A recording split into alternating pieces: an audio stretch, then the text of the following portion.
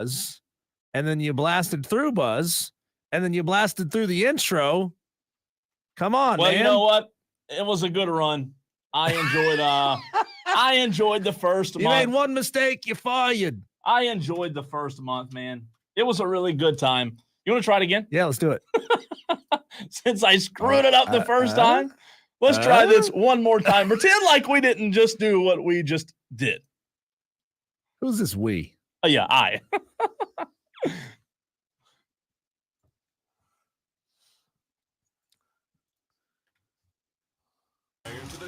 Electrifying sports talk from start to finish. You're going wire to wire with Diesel and Cole Bryson on the Fan Upstate. Now we're live. Hey! Now we're live here from the Ingles Market Studios, 25 Garlington Road. It's Wire to Wire. He's Cole Bryson, the troublemaker. I'm Diesel, the one who never makes any mistakes. Feels good. So, guys, the team officially has a name. The previously aforeknown Spartanburg Baseball Club has a team name. Those of you who are not aware, it is the Hub City Spartanburgers. Ooh. The Hub City Spartanburgers. Guys, you've had a couple of days now to let it sink into you. You had some time to digest, to think about it. How are we feeling about the name? The Hub City Spartanburgers, you Tolos who are watching online, do us a favor and let us know where you're watching from. Those of you listening over the air, OTA, as we say in the business, text in at 71307. Start your text with keyword fan. You Tolos, tell us where you're watching from. Tell us where you're listening from. And tell us what you think about the name, the Hub City Spartanburgers. Cole, you and I were in downtown Spartanburg, just down the hill from Morgan Square, for a fantastic event that the city of Spartanburg and, well, the now known as the Hub City Spartanburgers put on to do the name reveal. Just a fantastic, great turnout, easily a couple of thousand people, if not more. Yeah. Would I say 10,000? No, that's a little aggressive. Several thousand, Would I right? say 2,000? That's a little light. I think it's somewhere in between 2 and 10, maybe 5,000-6,000 people showed up for this event. Man, they blocked off the streets of downtown Spartanburg. They had beer vendors. They had a merch tent that opened up after the name was revealed. And there was a whole lot of people, Cole, there just having an absolutely fantastic time. And, man, I'm telling you, to do it where they did it, which has a view through the chain link fence and the construction signage over to what's now the new stadium, what will be the new stadium. It was a fantastic setting to have this thing. I can't think of, they could have done it up the street at Morgan Square, but you wouldn't have been able to see the stadium, right? And you wouldn't have had that same sense of, ooh, it's coming. Ooh, it's right over there. Yeah. No, it was a good turnout. I said before the gathering really got heavy, Diesel, I said to a lot of people, man, this thing isn't even full yet. And I can't tell you the last time I've seen this many people show up to an event in downtown Spartanburg, other than, of course, like the Spring Fling or something like that. But, what was exciting was it was truly a very captivating buzz. And there was a buzz in downtown Spartanburg that there had not been in a very long time. I just hope and pray, Diesel, that the people who are disappointed in the name, I hope that they put that aside and continue to create the same buzz, because the overwhelming reaction we got was not good. However, the team's here. There's nothing we can do about it. So we have to go support them and continue to create that buzz that we had downtown. Yeah, so to give people a sense of what went down, the event started at 5 o'clock. It ran until 9, and it was right around 7:15-ish that they brought the GM of the team up on the stadium, up on the podium there. They had a video where it showed, oh, guys, man, we're coming down the wire here. What are we going to do? We got some good name ideas. We'll just think on it a little bit more. And then the stage went quiet. Went quiet for a couple of minutes. And then, boom, they light it up with video. They bring people out on the stage. They bring players out onto the stage to show what the uniforms are going to look like. But Cole, I mean, I would be lying if there wasn't a lot of buildup, like, when they revealed the name. Well, right? you know what's funny was I've had several people comment on the video that I posted on Twitter right when the announcement went live. I intentionally, from the time I started recording to the time that I quit recording, Diesel, I intentionally stayed quiet. I didn't speak. However, there were a lot of people who thought that those people you could hear in the video was me. It wasn't. I didn't say a word. Yeah. People on Twitter even said, "Oh, you can hear Cole." I had a lot of our listeners right beside me, shoulder to shoulder, and you heard their reaction. You heard some words that weren't so pretty. That was the overwhelming reaction. It wasn't me. Just FYI, just for those wondering who saw the video and thought, "Man, Cole didn't really help." I did not say a single word. I just really hope that regardless of how you feel, and by the way, you can let us know what you think of the new name, 71307, start your text with the word fan. Regardless of how you feel, especially those from Spartanburg, Diesel, that live in Spartanburg like I do, let's get out and support them. Let's get out and continue to, create that same buzz. Absolutely. Look, it's really hard to nail a name for anything anymore, right? Yeah. Like there's so much that goes into naming a new team somewhere. I mean, you got to think they've got to make their bosses happy. They've got to make the people happy. They got to pick something that they're excited about. They got to pick something that's never been used before, right? Not on another team in their league. So they can't be going out and picking the Rumble Ponies because there's already a Rumble Ponies. You know what I'm trying to say? Yeah. So it's not an easy process to choose a name. And I know that on this station, Cole, we came up with a lot of really creative and fun names. There's a lot of mean names about Spartanburg that people in Greenville here were just throwing shade. But all those things, all those names have to get vetted, right? They all have to be, they have to go down the list. They have to shorten the list and shorten the list and shorten the list. And then they also have to think of things like, Cole, what can we sell? What can look good on a t-shirt? What hasn't been used by another team in our league before? And a lot of people, they're disappointed because, they were told that this was going to be a name that they'd never used before, that they'd never had before. And there's a little disappointment in the fact that they said, "Hey, you're from Spartanburg. You're a Spartanburger. Why don't we be the Spartanburgers?" I think the people that I talked to, the overwhelming majority of people were surprised that they used the name from a few years ago when they had the collegiate team that lasted one summer and it fell on their face. And I know a lot of that had to do with COVID and it may have been bad timing. I just think that for a lot of people, the opinions that I heard, it was like, you know what? That name, that team died. That team never even went anywhere. And because of that, there's not a lot of belief that this one's going to do any better. However, you've got to separate the two. One's a freaking collegiate league, and this one's an MILB team. There is a difference. It's just the overwhelming majority had already heard that name. So I'll say this, Diesel. If that name a couple of years ago had not been announced, if that college team wasn't even in existence, I think the reaction may have been different Saturday. Maybe. I think it would have been a little bit more like, huh. However, everyone was just like, we've heard this before. It's the same name the other team used 2 years ago. Yeah, Cole, I look at this thing and I ask these questions. Was the name like focus grouped to death? Did they go through 100 different naming options and they knocked out some of the really fun, creative ones? Well, because, this can't be this because it's potentially sexual, or that one's potentially violent, or that one's potentially this or potentially that. I wonder the questions, Cole. Why are the team colors essentially the same team colors as the team here in Greenville? They unveiled new uniforms, Cole. They brought players out onto the stage. One was wearing a bright green. The other one was wearing a navy blue. And the last was wearing white on white. Yeah. Which, I don't know if you're aware of this, Cole, are the exact same colors outside of the shade of green that the Greenville Drive use. Yeah. So I couldn't really figure out why the color scheme. Like, what about a cheeseburger? What on a cheeseburger is blue? Like, give me an ingredient on a cheeseburger that's blue. There's not one. So why pick blue as one of your main colors? They are maybe that was because they're an affiliate of the Texas Rangers. Sure. So maybe there was some rule in place that you have to use blue.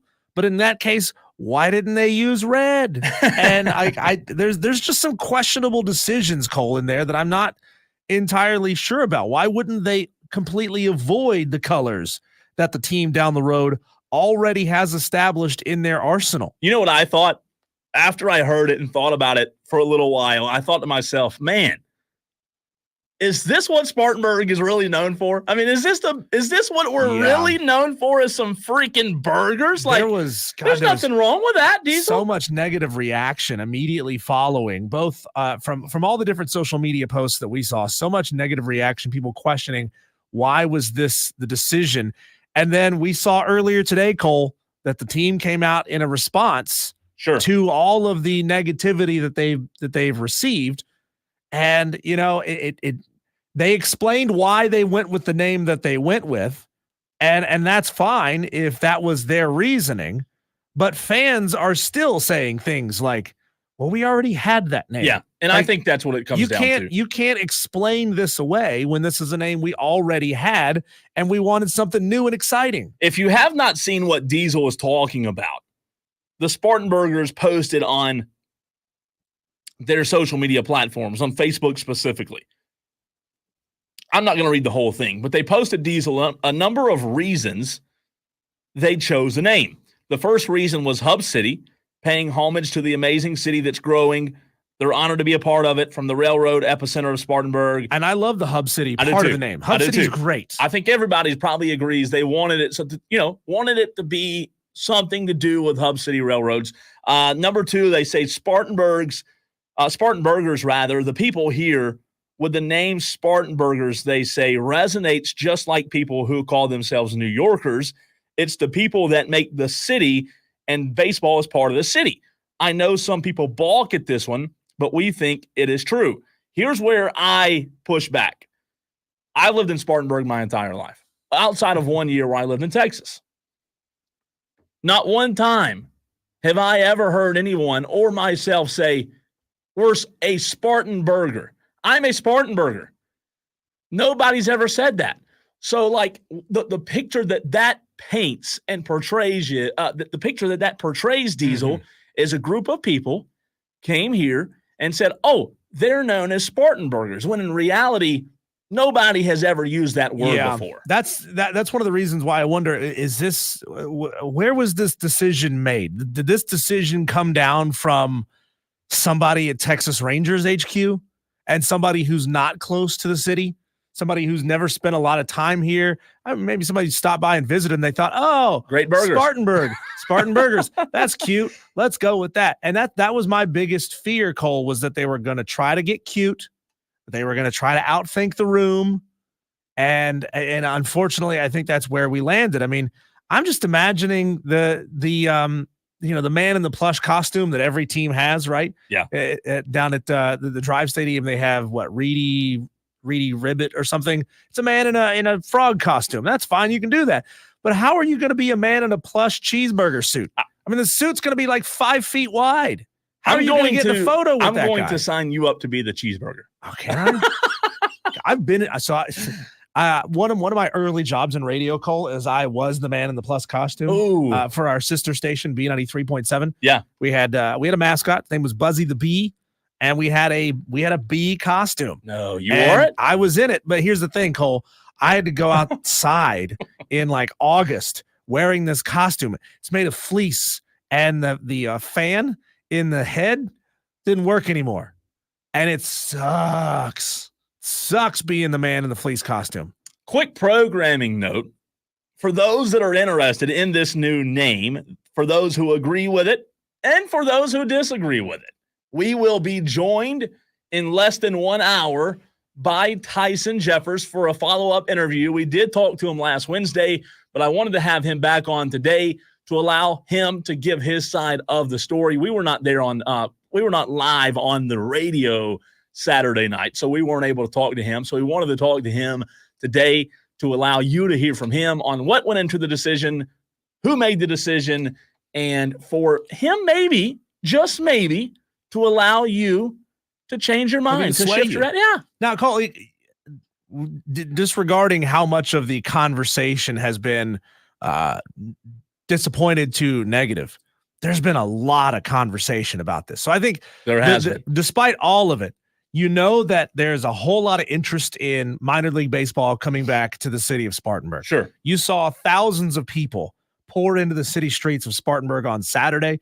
You've seen thousands of people get into comment sections. A lot of people are saying things like, man, it's just great to have minor league baseball back in Spartanburg, to have a real professional operation here in Spartanburg, to have a new stadium. They're excited about all of the opportunity and the growth and all of that will come from having the stadium in downtown Spartanburg. So even if people haven't warmed up to the name quickly, the truth is there's a lot of people who are going to support this team.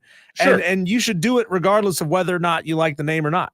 And you know what? The reality of it is we all need to be open-minded. Like, for example, coming up in the very next segment, Diesel, we're going to talk about Mark Kingston and if I can change my stance on whether South Carolina should let him go.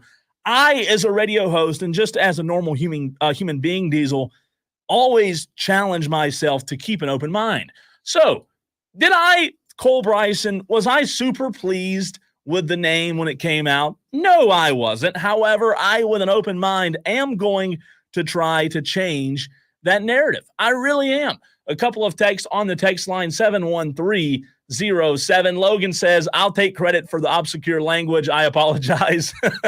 A good crowd there that we had of Artolo. So we appreciate you being there. Let's see. A texter says, I initially hated it completely, but it is growing on me. Another texter, Diesel, says, Spartanburgers, really? To begin with a terrible name is secondly, that's a name from a collegiate summer team. Very disappointing, says a texter. Another texter says, I'm not a big fan of the new name. I think that it would have gotten so much negative reaction if there wasn't such a big buildup. It wouldn't have gotten as much negative reactions. Cole, in these situations, I always think that two things can happen. There can be the no-brainer options, like the names that just totally make sense. And then there are sort of the thoughtless names. Yeah. This is no-brainer or brainless. And I think this maybe falls into not the right category that they want it to be in. I think somebody got really in love with the pun of Spartanburgers. We got the beacon here. There's cheeseburgers in this town. Ike's. And they got in their heads about it and they got stuck on it. And then that's what it is. Madcraft on the stream says, Cole is right. I'm calling BS. Nobody says Spartanburgers. James says, Diesel and Cole, I was close to the name. As you remember, I suggested the Hub City Titans. I do remember that. A lot of people suggested Hub City somethings. JD on the stream says, no wonder they kept it a secret because it was embarrassing. Madcraft said should have just kept the Krabby Patty. I question, Cole, if it's Spartan Burgers. Yeah. Why isn't the mascot like a cheeseburger, but he's like super buffed and yoked and he's got like a sword and the helmet with the plumage on it, like a Spartan burger. Could have been. Like that's if you want to go with a pun, go deep into the pun, go all the way, Could have been. I've never thought of that. Not a bad idea. I've heard a lot of disappointment with the logos, a spatula with legs. It is just, some of these things don't make a whole lot of sense to me. But again, no matter what you think of the name, the logos, the colors, any of it, you got professional baseball coming back to Spartanburg, a brand new stadium. There's an awful lot to be excited about when it comes to this team. All right, coming up in the very next segment, get your thoughts in 71307. We will talk about what Clemson and South Carolina did this past weekend. I did not have them going 0 for 6 on my bingo card. Will my stance on Kingston flip? He's Diesel. I'm Cole Bryson, and this is the Fan Upstate.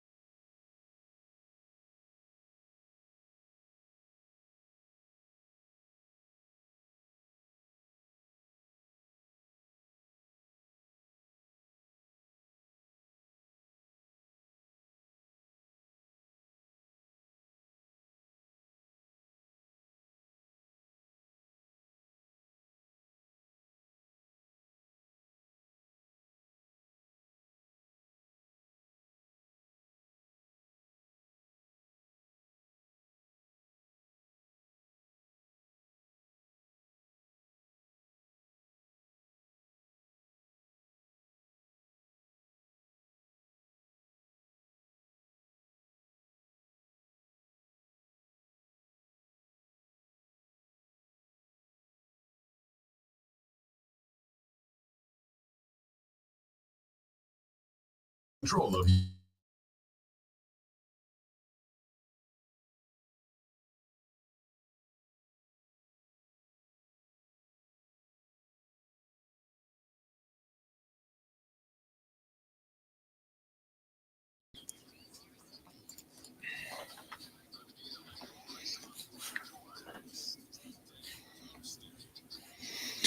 Well. South Carolina, Clemson. At times this year, Diesel, at times this year, they have looked really, really good.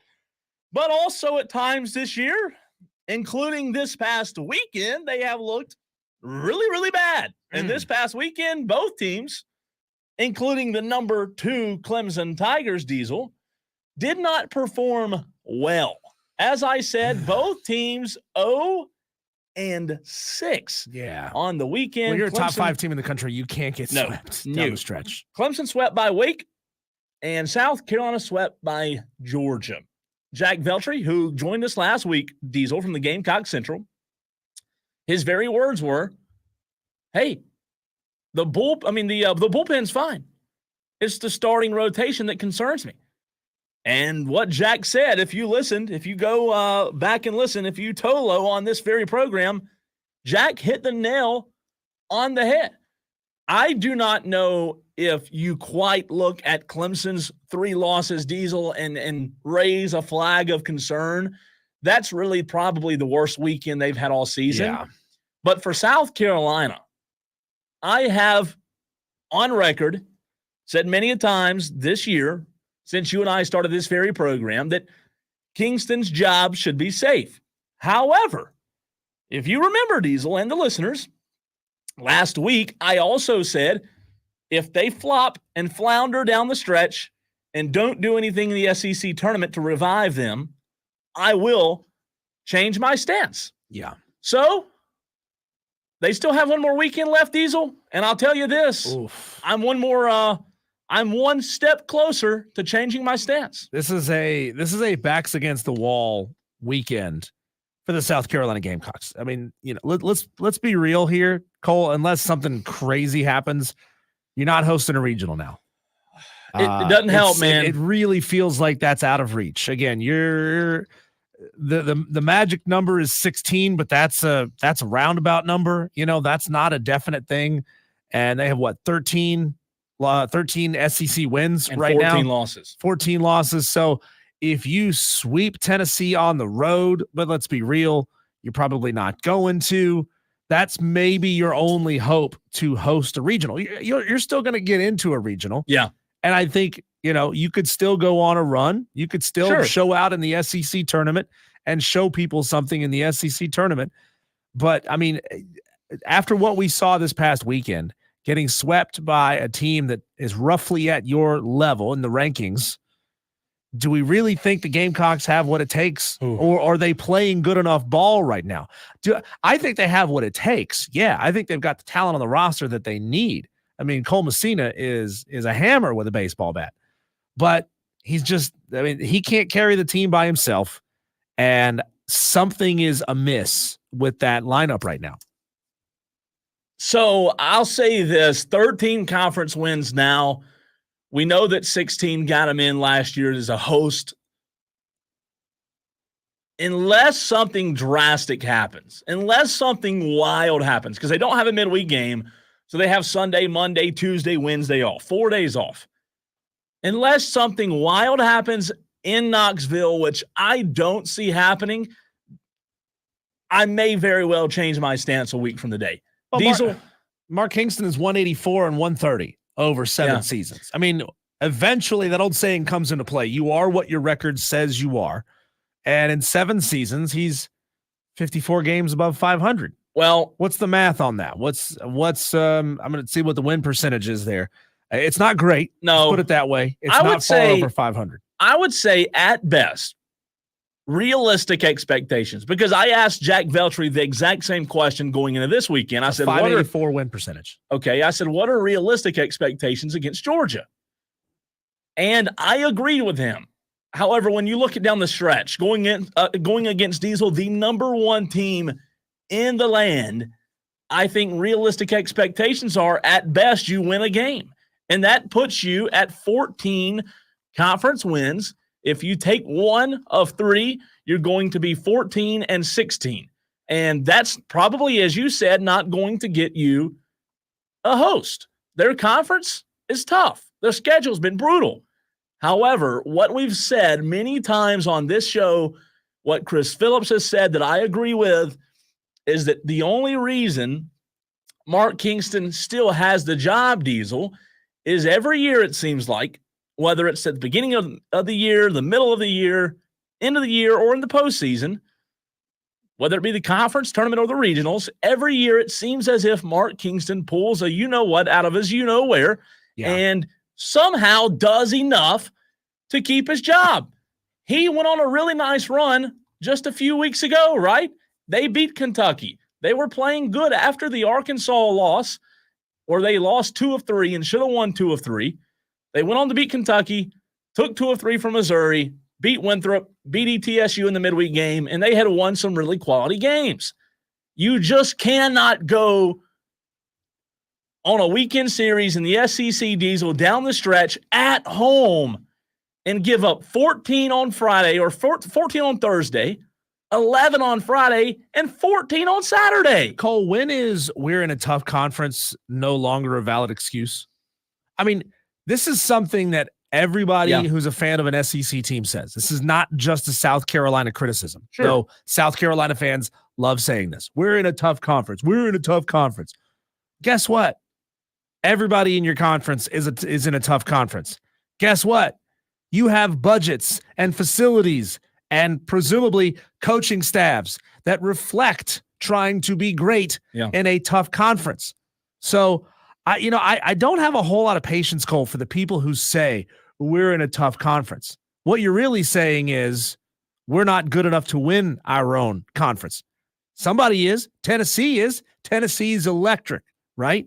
Texas A&M is electric. They don't get to use we're in a tough conference as an excuse for why they lose a game or why they lose a series. So, I'm done with that lame-ass, soft-ass, weak-ass, Charmin-ass argument. Enough with the we're in a tough conference. If you're going to use that excuse forever, Cole, then just get the hell out of the tough conference. Go somewhere you can win. So, this year I've been on the side of Kingston's done a good enough job. And again, at times throughout his career, he has done a good enough job. I don't think, what's interesting is we always contradict ourselves as fans, as listeners. We say, oh, you got to give a guy time. And this is where my mind goes as I'm thinking about if I should flip my stance on Kingston, because I do think Kingston's a good coach, but you're right. JD's right. Other people who are campaigning for Kingston to be fired, they are right. However, when I say we contradict ourselves, what I mean is South Carolina football fans, and not just South Carolina football fans, but football fans, sports fans in general, Diesel will say, look, you got to give a guy time. You got to give a guy, enough time to get some recruiting classes in. And then the other people will say, well, if he hasn't done it in 3 or 4 years, you gotta make a change. I think year 7 to year 8 is about the time where you start having that opinion change. However, guess who still has a job after a very similar resume as Mark Kingston, Diesel? That would be Brad Brownell. Brad Brownell, you can't really say he's done a whole lot more other than this year's Elite 8 appearance. Outside of this year's Elite 8, Diesel, how is Brad Brownell any different than Mark Kingston? And he's kept his job for almost 15 years. Yeah, there's a handful of guys who, you said it before, they find ways to win when their backs are against the wall. Mark Kingston is that coach. And is that good enough? I know it's not good enough for Gamecock fans because Gamecock fans voice their displeasure. Right. Is that good enough for Ray Tanner? Is winning when he really needs to really good enough for Ray Tanner? And that's something that I know frustrates a lot of Gamecock fans in our audience. This guy won national titles at South Carolina. How is he willing to see his predecessors, plural, not win national titles? struggle to make regionals, let alone host regionals? And when is he willing to say, all right, you're not reaching the standard that I set, right? He could look back. Ray Tanner could say, this reflects poorly on me because I set a high standard here. He should be. And why is he unwilling to do what it takes to maintain that high standard? Though I do question, and we had this conversation with Brad Brownell a couple of months back. Would a magical run change your mind? Is it Omaha or the unemployment line for Mark Kingston? I mean, does he have to make a trip to Omaha to save his job? And we were questioning, how far does Brad Brownell and the Clemson basketball team need to go?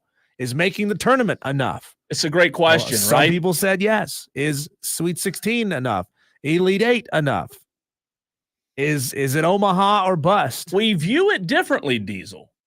We view it differently because in basketball, like, the goal is to make the tournament, right? That's the goal. Every year, make the tournament. However, that's not the goal in baseball. For South Carolina fans specifically, who have tasted success under Ray Tanner, their goal has changed on the baseball side of things from, hey, our goal is not to make the tournament. Our goal is to go to Omaha. They're not that way for football or basketball. Let's just be real about it. They don't think that way for football. They don't think that way for basketball. Their goal every year, I mean, the basketball program is now reaching a higher and higher status, and it's elevating itself, and it is becoming the goal, but it hasn't been in the past. Baseball reached a very high standard under Ray Tanner that South Carolina fans now expect to be there every year. So there's two sides of it. Number one, Diesel, baseball is too competitive of a sport at the college level to expect to be in Omaha every year. If you have those expectations, they are unrealistic, okay? Well, you say to me, Cole, you should always have expectations to go win it all. I agree. I'm not saying your end goal shouldn't be to win the national championship. I'm just saying you can't judge a coach for not making it every year because that doesn't happen anywhere. However, Diesel, for Ray Tanner, the question that you asked, what he saw at Founders Park this past weekend can't be pleasing to him if he sees this team go and do the same thing in Knoxville, which I think is a very high possibility, and they don't perform in Hoover. Yeah, I think they could make a move. Is he going to be willing to go to that point where he says, I have no choice?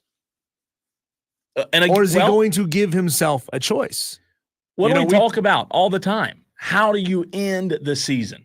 Brownell ended the season really well. And Diesel, to be honest, that's probably why he kept his job, right? Yeah. Kingston, if he doesn't end the season well, can you live with that bad taste all off season? Are we willing to put it there, Cole? Omaha or bust? Omaha or the unemployment line? So I will say for the majority of fans, Diesel. No, for you. I'm asking you. For Omaha, for Mark Kingston to be in Omaha or it'd be a bust in terms of him getting fired, I would say no. I do think that he needs to make the supers. I think he needs to make a very deep run. Am I saying he needs to be one of the final 8 teams? No, because this roster has shown you that they're not one of the best 8 teams in the country this season. They are not one of the best 8 teams in the country, period. Are they one of the best 15? Sure. Hey, on a lot of days, they're top 10. On a lot of days, they're 20, 25. That's the problem. They've been inconsistent. The starting pitching hasn't been good. Diesel, to answer your question, I'll say no on Omaha or bust. I just don't know where Ray Tanner's mind is on that. Like, if you got Ray Tanner in a room and really asked him if it's Omaha or bust, I don't think his answer would be yes. Do you? Being a coach, former coach? That's a great question. That is a good question. I'm going to put this up on the poll on the Fan Upstate on Twitter. You Tolos, go get into the voting section there. CJ from Greer, real quick. Diesel says Landon Powell should replace Kingston. We've heard a lot of that. Obviously. We have heard that. The question is, Gamecock fans, are you willing to say that it's Omaha or the unemployment line for Mark Kingston? I'm going to give you a couple of options. Jump over there to the Fan Upstate on Twitter and let us know your thoughts. Cole, when we come back, the rookies are in camp. And some things are starting to come out about these rookies in the NFL, the rookie quarterbacks that we spent a lot of time breaking down just a couple of weeks ago leading up to the draft. Well, what is going on with them? What are their coaches saying about them? Well, that's coming up next. Here on Wire to Wire, he's Cole Bryson. I'm Diesel. You're the Tolos, and this is The Fan Upstate.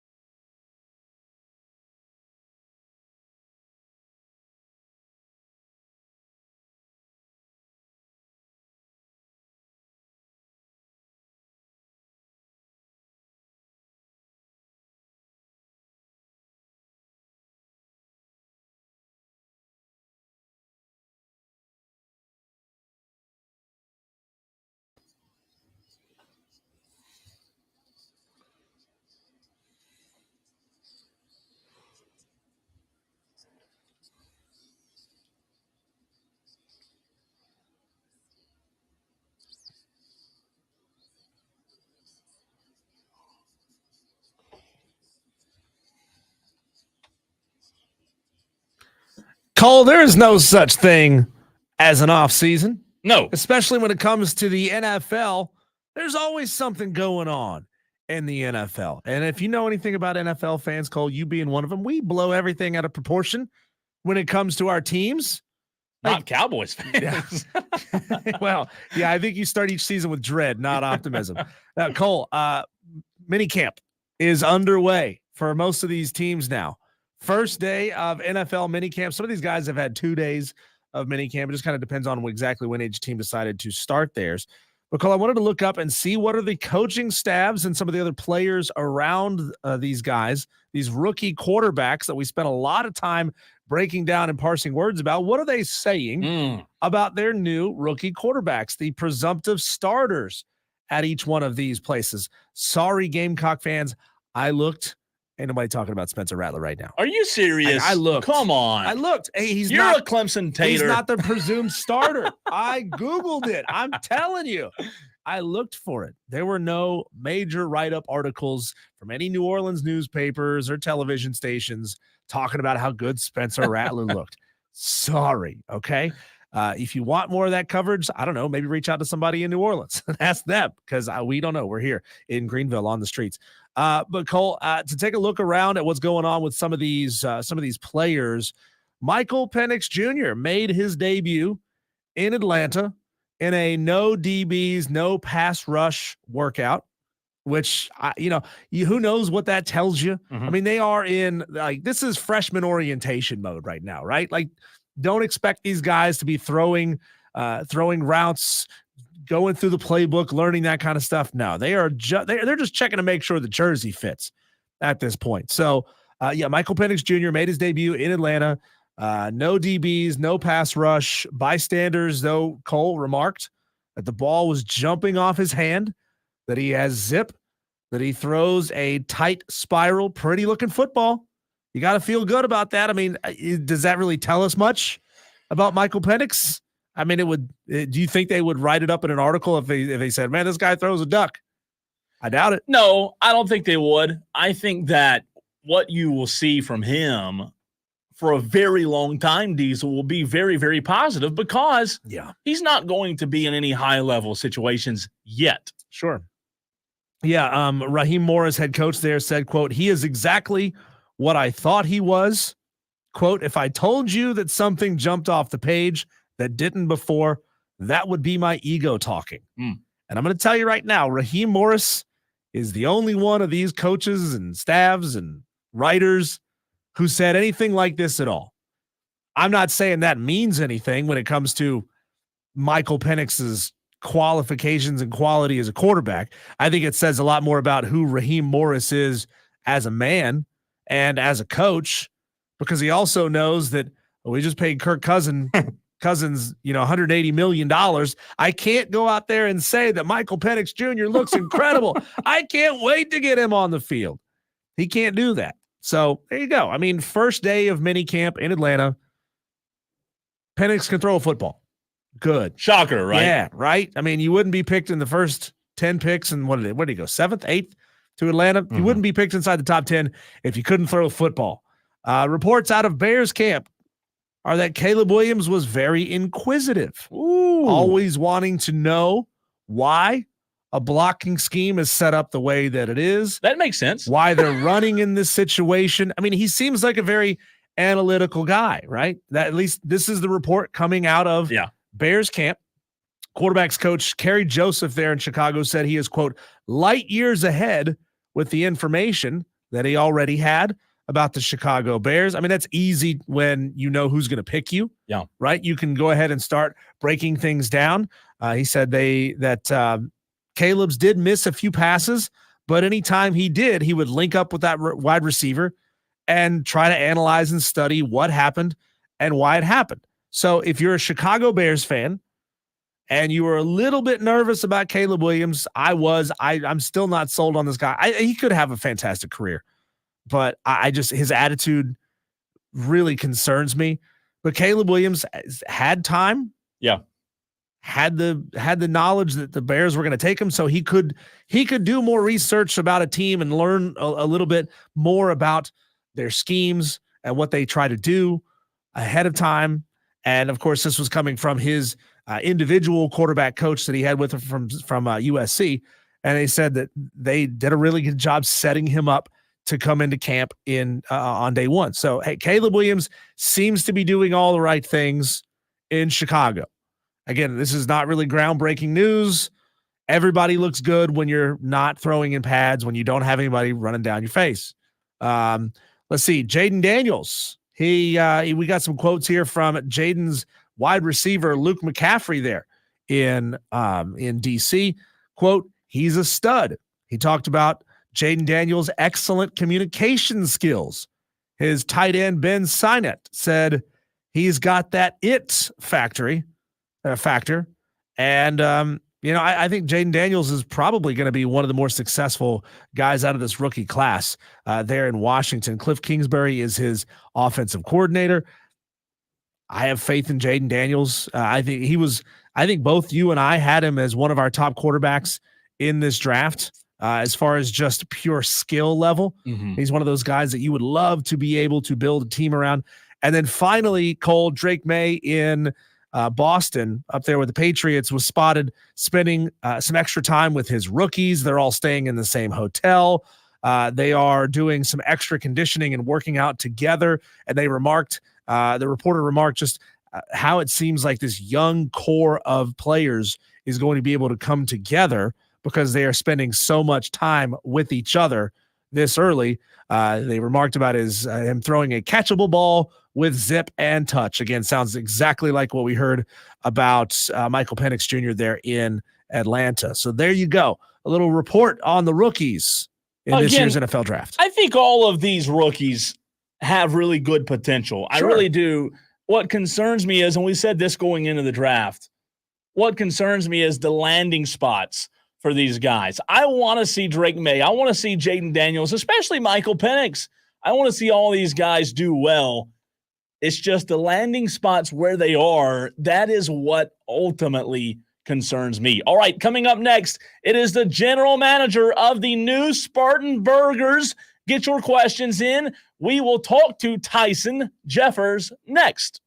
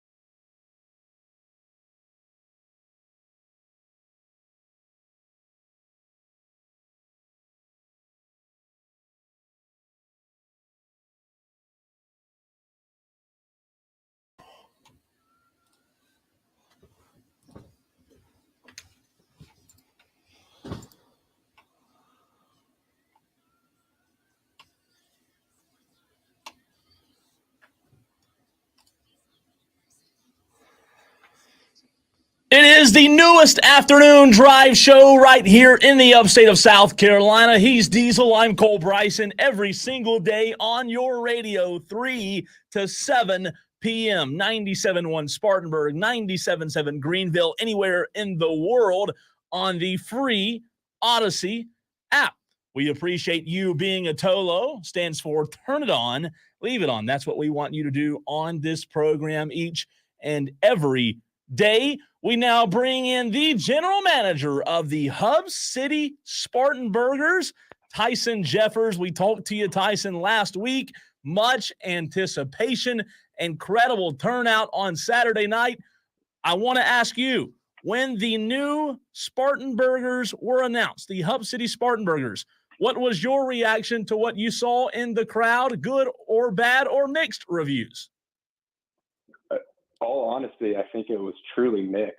You have people that love it, you have people that hate it, and we get to hear all the feedback from everyone with their emails and their comments and everything. And when you look across the industry, and I know you guys being in sports and covering sports, anytime that there's a alternate identity or a new name change or anything that goes out, there's always the love and the hate that's mixed in there. Usually the hate. In the beginning, the hate outweighs the positivity.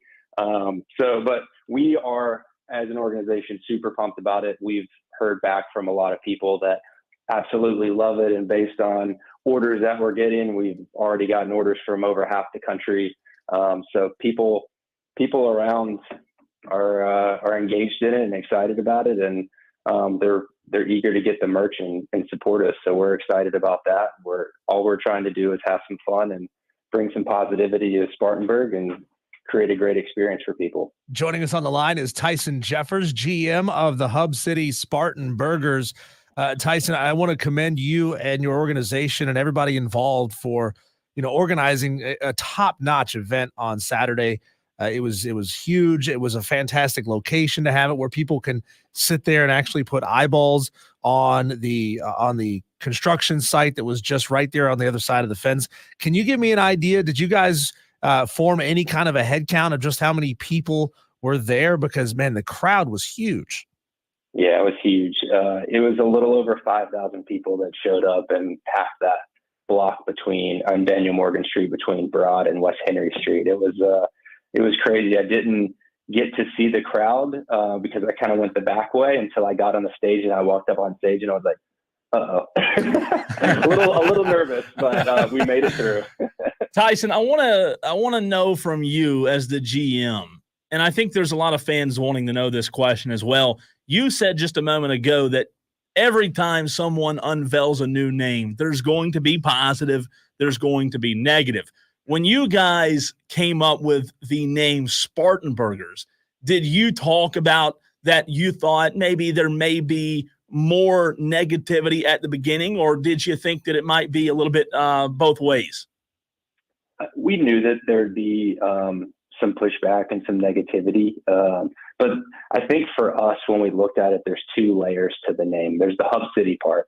And the Hub City part, we wanted to make sure that we, even in the nickname form, we represented the history of Spartanburg, and the reason it's called Hub City is the rail industry and it coming in for the grain and the textile industries to service those, and there was travel included in that. So Spartanburg was the hub, and we also feel that that's the past, and we feel that right now, the present, and in the future.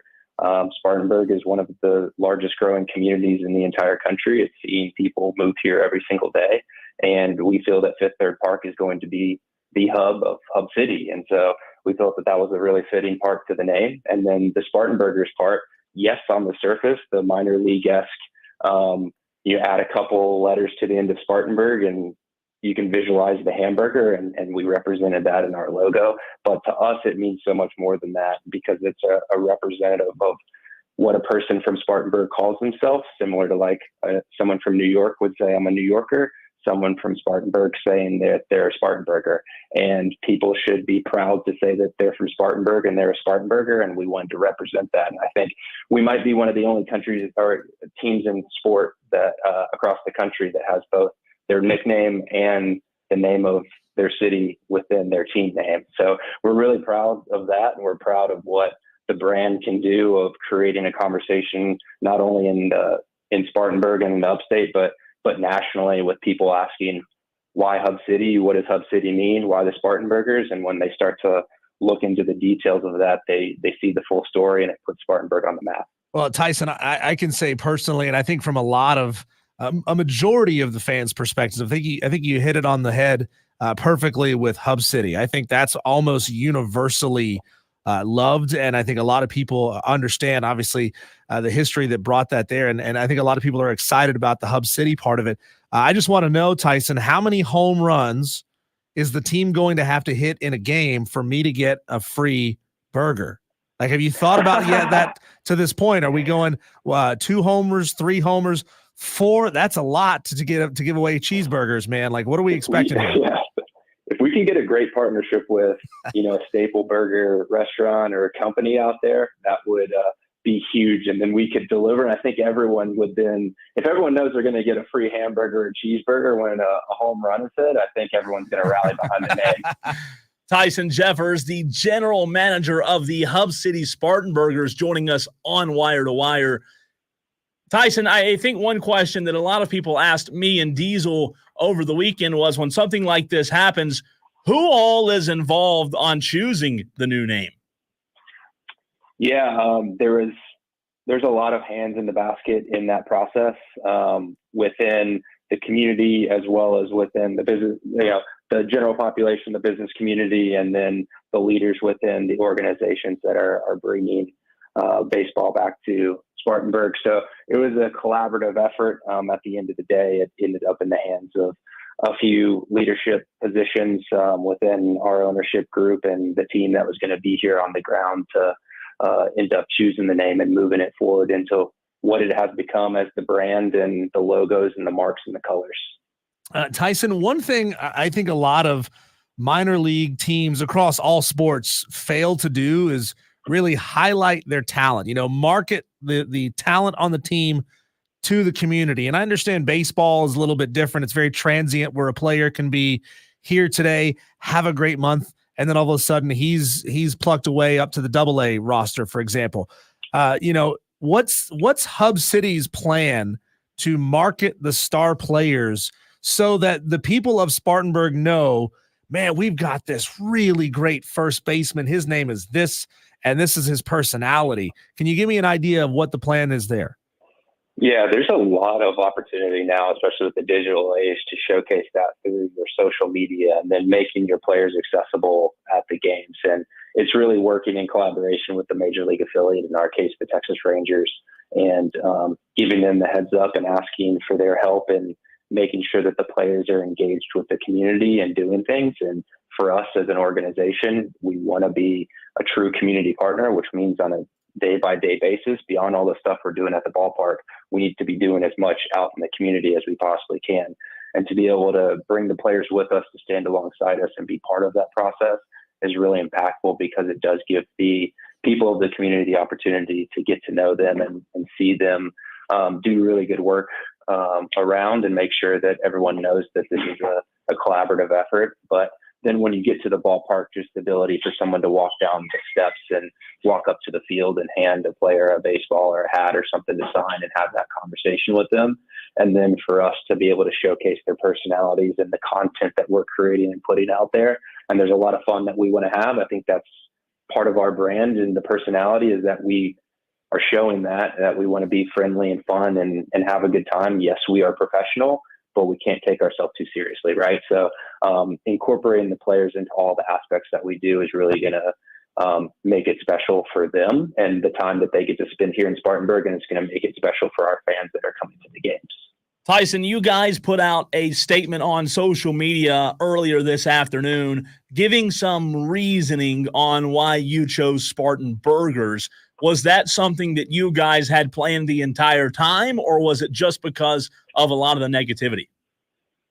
No, we wanted to make sure that we explained the reasons why we chose the name that we did, and we think it's important to answer the why. I think we wanted people to ask the question why to start, right? You say the name and people are like, why? And whether that's a positive why or a negative why, And then you want to be able to answer that question. And we do have a why. It's not like we just threw darts and chose a name. We have a reason why. And so we wanted to put that out publicly, and we'll continue to tell the story. And I appreciate you guys giving me the platform to answer the why as well.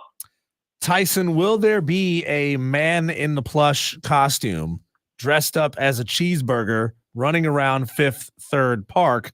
And how's he going to fit through the doors?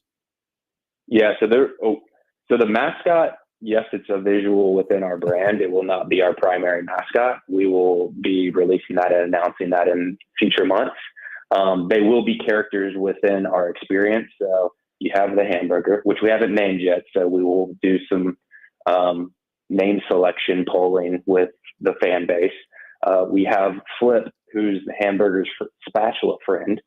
And then we have the pickle Chip, our little kid's character that we call Chip.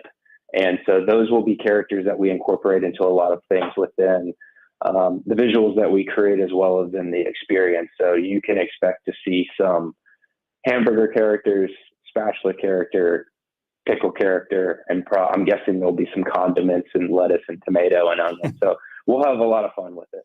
Tyson Jeffers, the general manager of the Hub City Spartanburgers. Hey, Tyson, another question that we've been asked a lot, and I want to get your thoughts on this. The collegiate team a few years ago that had the name Spartanburgers, did that inspire you guys to choose this name? Because I know you would like to sit here today and say, oh, no, it was 100% creativity on our part, but how did that play into using the same name?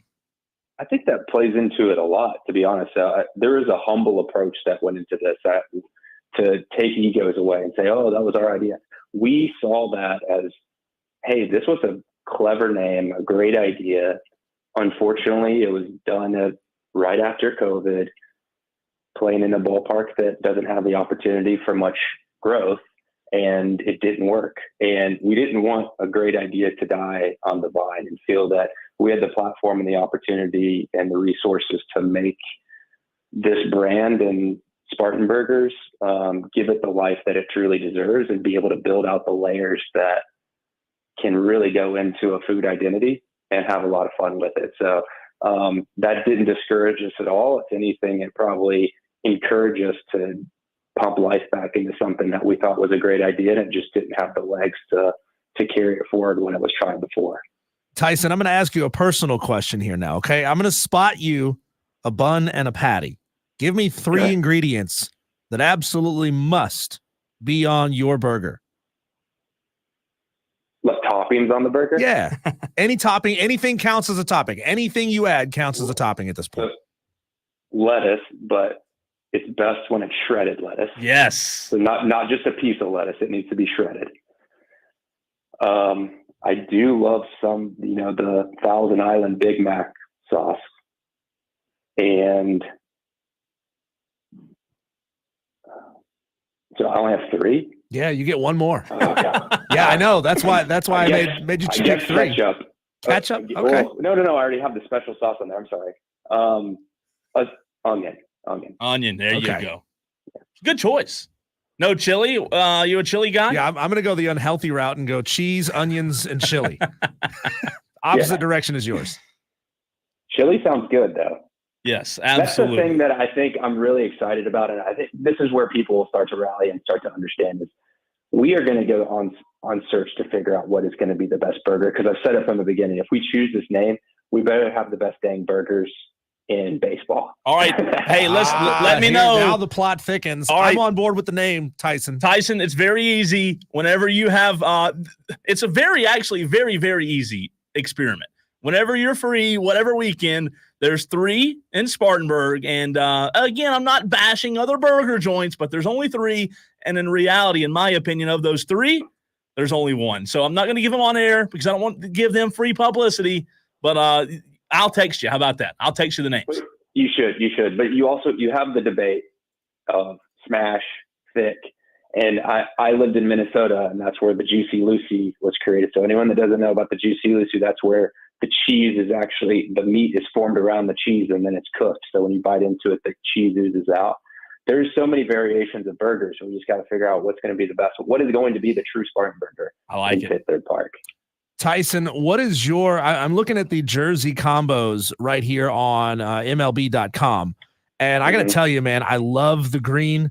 I love the white with the arrow logo, the signage wrapping around the word Spartan and Burgers, and then there's the blue one with the burger logo sort of over the heart. Which of those three is your favorite?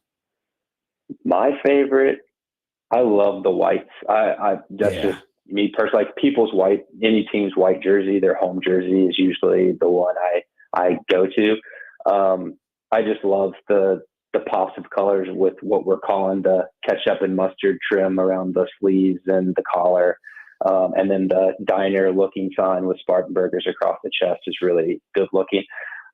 On all the other merch. And so this is where I think what we did, and we did this intentionally, is you have kind of the Spartan Burger stuff. So the people that like to have some fun with their clothes that they wear, and they're okay with having a burger and those types of things on a hat or a t-shirt. But then you have the Hub City line, and the Hub City stuff is a little bit more traditional with the Hub City word mark and the HC state logo that we have. I love the Hub City stuff. So the Hub City word mark across the chest on that green jersey looks good. And I did put that green jersey on with some khakis. It looks nice. I like it. We'll have to get some Fan Upstate merch in our studio to represent, man. That's the question. Can we get something set down here so we can put it on the wall right behind it? We're representing the Liberty. We're representing the Triumph. We need some Hub City gear in here. Without a doubt. 1,000%. You guys are going to have to tell me which jersey you guys like the best, and we can put a name on the back. We got to get our heat press set up in our team store, but once we do that, we can customize the jersey for you guys. That's one question, Tyson, before we let you go. People are asking where they can get merchandise, not only now, but in the future. HubCitySpartanburgers.com. That is live. That's our main website that has everything. So if you're interested in tickets, you should go there. If you're interested in merchandise, you can click on the team store link on the website, and that will send you to our team's online team store, and you can place an order. If you're from the area, and you want it shipped, we can ship it to your house. If you want to pick it up, you can click pick up and swing by, and we'll have the order ready for you. But yeah, you can HubCitySpartanburgers.com. You can go there. It's the one-stop shop. Tyson, can you tell me what piece of merchandise that you had available on Saturday sold the most? I mean, if anybody, for those who weren't there, there was a large merchandise tent with a line as of 7:15, right before you announced the name, that was wrapped around that tent and down the hill, down towards your stage. Can you tell us what sold the most? What are we going to see on the streets the most? What you'll see on the streets, there's our primary logo, which is the diner Hub City Spartan Burgers with the hamburger sitting on top. That across the chest, kind of the entire front of the t-shirt. Those crushed. There's the primary logo hat, what I call the frat hat. It's a 47 brand with it's navy with the rope kind of right above the bill, and it has the HC state logo, the Hub City logo on it. That did really well also. We're still getting new merchandise, and we'll keep posting about that. So if people want to follow us, they can go to @Hub City Spartan Burgers and follow us. And we're going to be posting updates on new merch that we get pretty much, on a daily basis, because there's still orders coming in. Tyson, fantastic stuff as always. Again, congratulations on the event Saturday night. We enjoyed it, and I believe everyone there had a great time as well. Congratulations on the new name, and we look forward to our partnership together in the future. Thank you, guys. I appreciate y'all. Absolutely. That's Tyson Jeffers, the general manager of the Hub City Spartan Burgers. Diesel. Yeah. Our reaction, coming up next. Reaction as well. That's right. That's coming up next here on Wire to Wire. I'm Diesel. He's Cole Bryson. You are the Tolos, and this is the Fan Upstate. Of course, your adult softball beer league.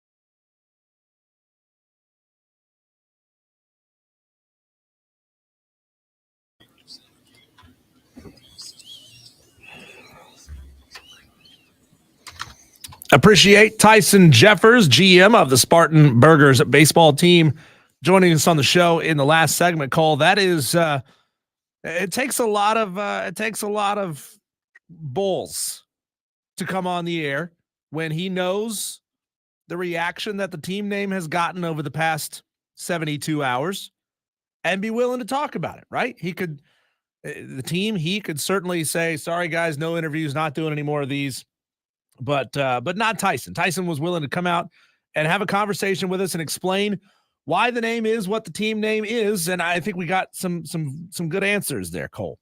We got some great answers. I appreciate him coming on. And like you said, we appreciate him reacting and helping us and the Tolos and our audience understand why they went the route that they did. Yeah. The ultimate decision, Cole, though, here's what it is. The ultimate decision came down to higher ups in the organization. And, as you and I are both a little less than super thrilled about the name, and that was something I was kind of afraid of, was that somebody from outside of the upstate would ultimately have the decision in their hands. And that seems to be what happened. I mean, he said it himself. The reasoning wasn't to stay away from a team name that had been used here. It was, we thought this team name was really good. Yeah. So we wanted to breathe life back into it. We didn't want this great name to go to waste. And that's that. So that boils down to why it is what it is. If you're upset about the team name, the way I look at it is, yeah, you can be upset at the Hub City management, but if you're really upset about it, you should blame the collegiate team because they're the ones who made the name in the first place, right? No, Cole. Yeah, you can blame them too. That's not blame that's them. not their fault. Blame them for planting the seed. It's not. They planted the seed. It's not their fault. They man. planted the seed. Look, I mean, we had a lot of people, saying, God, why would you reuse a name that's already been used? Why would you recycle a name that's already been used? And we heard it from the GM of the team. That was the point. The whole point was to recycle a name. Okay. And if you guys don't feel like that's the right choice, well, that's up to you. Okay. Let's see here. Texter says epic fail on the Spartanburg baseball team name. We got a lot of texts in the last segment from JD, from Trey, and others going into it. Some of them we probably shouldn't read on the air, but yeah, there you go. I did like the fact that he admitted that, as you said, they saw that as an opportunity to use the name, to recycle the name, and try to bring that name back to life. And the reality of it is, Diesel, maybe a few years down the road, when the Spartanburgers, the residents of Spartanburg, when they see the success that the baseball team and what it's doing for the city, maybe 2 to 3 years down the road, the people who were upset about the name can realize, including myself, okay, they are revitalizing the name. They're using the name to pump life back into what was originally a very interesting name. And I did not expect him to give that answer. I did not know that the name Spartanburgers was one of the main reasons they chose to keep the name. I had no idea. So I appreciate him being honest about that. What he was saying about the gear, the merchandise, he's not lying, man. This stuff looks fantastic. The home white jerseys, and I'm on MLB.com. If you want to Google search Hub City Spartanburgers, do it and take a look at what they've got as far as merch. I'm not sure we can use this photo and put it out there. That's why I'm not resharing it onto our social medias. But he's not kidding, man. This main home white jersey looks incredible. This white jersey with the word Spartan Burgers across the chest with what looks like an old-timey like restaurant arrow sign going through the S and the B. That looks incredible. The Hub City line that he's talking about, the bright green jerseys with the word Hub City and script across the chest. Both of those look absolutely fantastic. And dude, I love this Hub City hat, the green hat with the blue bill, the outline of the state of South Carolina, and a star right there on the forehead where Spartanburg is on the map. Yeah. I think that looks great. And you're going to start seeing that stuff all over the place. So what's interesting is we were there Saturday night. And by the way, you can get your thoughts in on the new name, 71307. Start your text with the word fan. Phone lines open as well, 844-FAN-PHONE, 844-326-3663. Please just keep it somewhat respectful, as we don't want to allow our listeners to turn it into a lot of negativity. That's all I will ask. Diesel, when you and I were there, the majority of the people that I talked to that were upset about the name at least acknowledged that they loved the logo and the design. Everybody around me said, oh, we like the logo. We like the design. The jerseys actually look good. So that was one of the top comments that I heard. And I do think that once the merch gets out there, I think people will start to, I'm not saying everybody, but I think a lot of people will leave the boat of the negativity and start representing the team well. I do want to hear from our Tolos who live in Spartanburg County and the city of Spartanburg. Have you ever called yourself a Spartanburger? I'm asking you directly. Have you? I don't care if somebody from Greenville calls you a Spartanburger. I don't care if somebody from Charlotte calls you a Spartanburger. I'm asking you. That's a great point. I'm glad you asked that. You residents of Spartanburg County in the city of, have you ever called yourself a Spartanburger? And hey, you know, maybe as time goes along, this ball club wins a bunch of baseball games and the area around it is revitalized, because when we talked to Tyson last week, we talked about, and he did, man. He gave us a hint last week on Wednesday that I asked him if it was a hint, and he tried to misdirect, but he said, our goal is for this stadium to be the hub of everything around it. Sure. So he tipped his cap a little bit. I don't know if he realized he did that, but I think as this stadium is built and it's a beautiful, brand new state-of-the-art facility, you got baseball games happening there. You got people having a good time. You got businesses opening around that, you know, that square where that stadium sits. I think maybe, you know, Spartanburger is going to become a point of pride. I think it will. And, you know, the reality of it is people are going to have a very strong opinion about something that's coming to their city for the first time in a long time. Okay, not the first time that baseball has ever been in Spartanburg, but what's interesting is, going back to our reaction to what he said, I was very intrigued when he answered the question of, what did you guys anticipate in terms of reaction? And his answer, I'm paraphrasing, he said, Diesel, we expected more negativity than positivity. So while a lot of the media were surprised by all the negativity, you heard it from him that they kind of expected that. So I asked the question, Cole, if you expect negativity, why do it anyway? Yeah.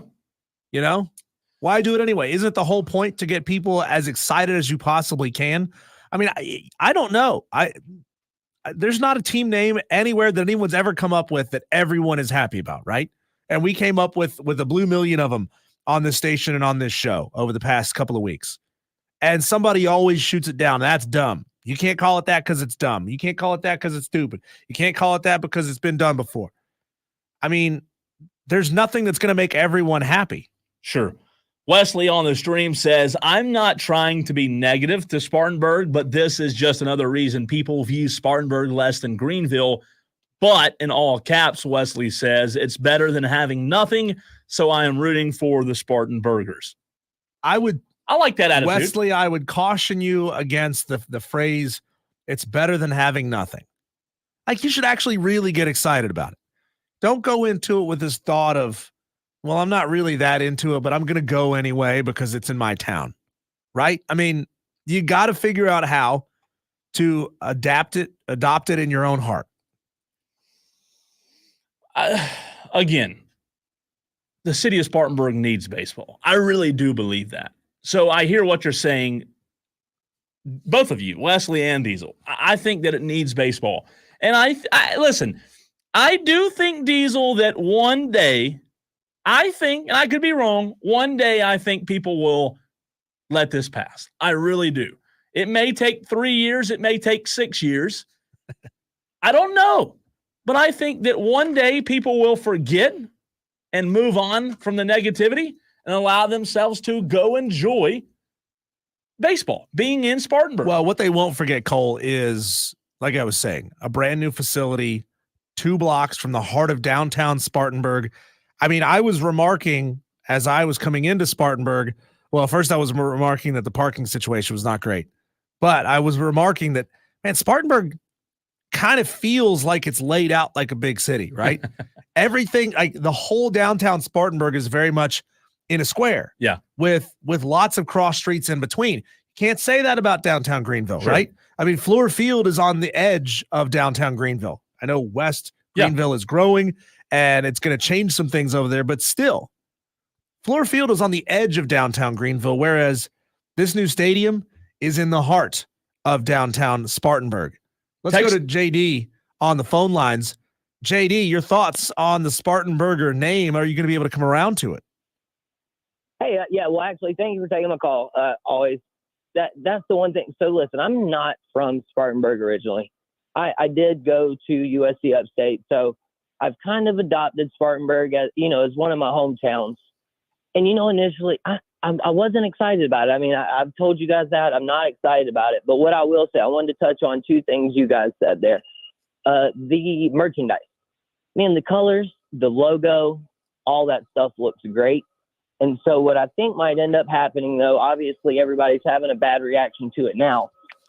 But I will say, I think over time, by the time the first game rolls around, I think everybody's going to be able to focus more so on the fact that baseball is back in Spartanburg and that there is a nice little stadium you can come to. I mean, hopefully, to me, not having a signature burger or some kind of burger affiliate to unveil at the same time with the whole Spartanburger thing, to me, that was a bit of a mistake. And especially if you're going to retread something, to me, I think you should have just went into it all in to begin with. Forget all the secrets, just be like, hey, we're revitalizing this. And I think people would have appreciated the openness more so than the secrecy. Well, JD, and thanks for the phone call there. Tyson did get me excited when he said, we are going to have the best burger that you can buy anywhere. I love that. In the league. So that right there, I mean, I'm just imagining, Cole, what it's going to be like to go to the concession stand or go to a special VIP area, if they've got a special burger bar somewhere in that stadium where you can go and you can get yourself some ridiculous like $25 cheeseburger that's loaded to the hilt. That excites me. That's a reason to go. And I'll say this, if you're not super into the Spartanburgers name, then buy the Hub City gear. It's that easy. Yeah. Right? Just buy the Hub City stuff. Texter says, like Cole, I've lived in Spartanburg most of my life. I've never heard anyone call themselves a Spartanburger. Jacob on the text line says, yeah, I'm a burger and I'm fine with that. Give me a burger over almost anything else. Another texter says, I lived in Columbia when they announced the Fireflies. It took a lot of explaining. It turned out fine and it will grow on you. Jonathan Diesel on the stream says change.org petition has already been started for a name change. And he also says no one here has ever called themselves a Spartanburger. Again, I'm not contradicting what was said. I've just lived here my whole life. Diesel, you've been in the upstate for a very long time. Have you ever heard anybody call themselves a Spartanburger? I haven't. And Jonathan, help me out. If you can give us a link or something to this change.org petition, I'd love to see how many people have already adopted. I mean, I just Googled change.org petition Spartanburgers, and I'm not finding it. So in just a quick Google, I couldn't find it. Help us out. I mean, look, I don't think anything like that is helpful. I'll say that. To not to you, Jonathan, because I know you didn't make the petition, but to those who did and those who have already jumped on board, they're not changing the name. No, like it's not changing. You realize how much money has gone into the planning and the design and the merchandise that they've already made. They're not changing the name. Okay? Texter from the 804 Diesel says, lifetime Spartanburg County resident, except for college.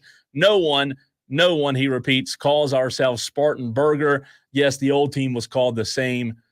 Let me click on the text so I can see the rest of it. Rebranding doesn't work, but I hope they have a great burger at the ballpark. Another texter says, think about all the great burger places in Spartanburg, the Beacon, New Way, Sugar and Spice, Ike's, Holiday Brewing, which is holding. Okay, that texter goes on. Sorry, Diesel, I didn't mean to cut you off. Yeah, that feels like I've heard that comment before. It feels like a little bit of reaching to say, hey, we've got like 5 good restaurants in this county that make good cheeseburgers. It sounds like a little bit of a reach. Again, I love the Hub City part. I think Hub City is great. Maybe the Sparkle City Spartanburgers would have hit a little bit better. I'm not sure. I'm not sure. They did great in the city name. Yeah, I love that. I think they kind of missed the mark a little bit with the mascot name. I do love Hub City. Hub City's fantastic. And to have the secondary characters Flip, which is a spatula with legs, and then Chip, which is a pickle with legs, and not have a name for the main mascot yet? How do you not have that? I think it's going to be called Diesel. Have you heard that? I heard a rumor. No. All right. What else rhymes with Chip and Flip? Dip? Yeah, it's a good Blip? point. Coming up next, it's the headlines. We call them on this show Daily Wires. We will get to the Daily Wires in the very next segment, let you know what happened this past weekend and what is happening tonight. He's Diesel. I'm Cole Bryson, and this is the Fan Upstate.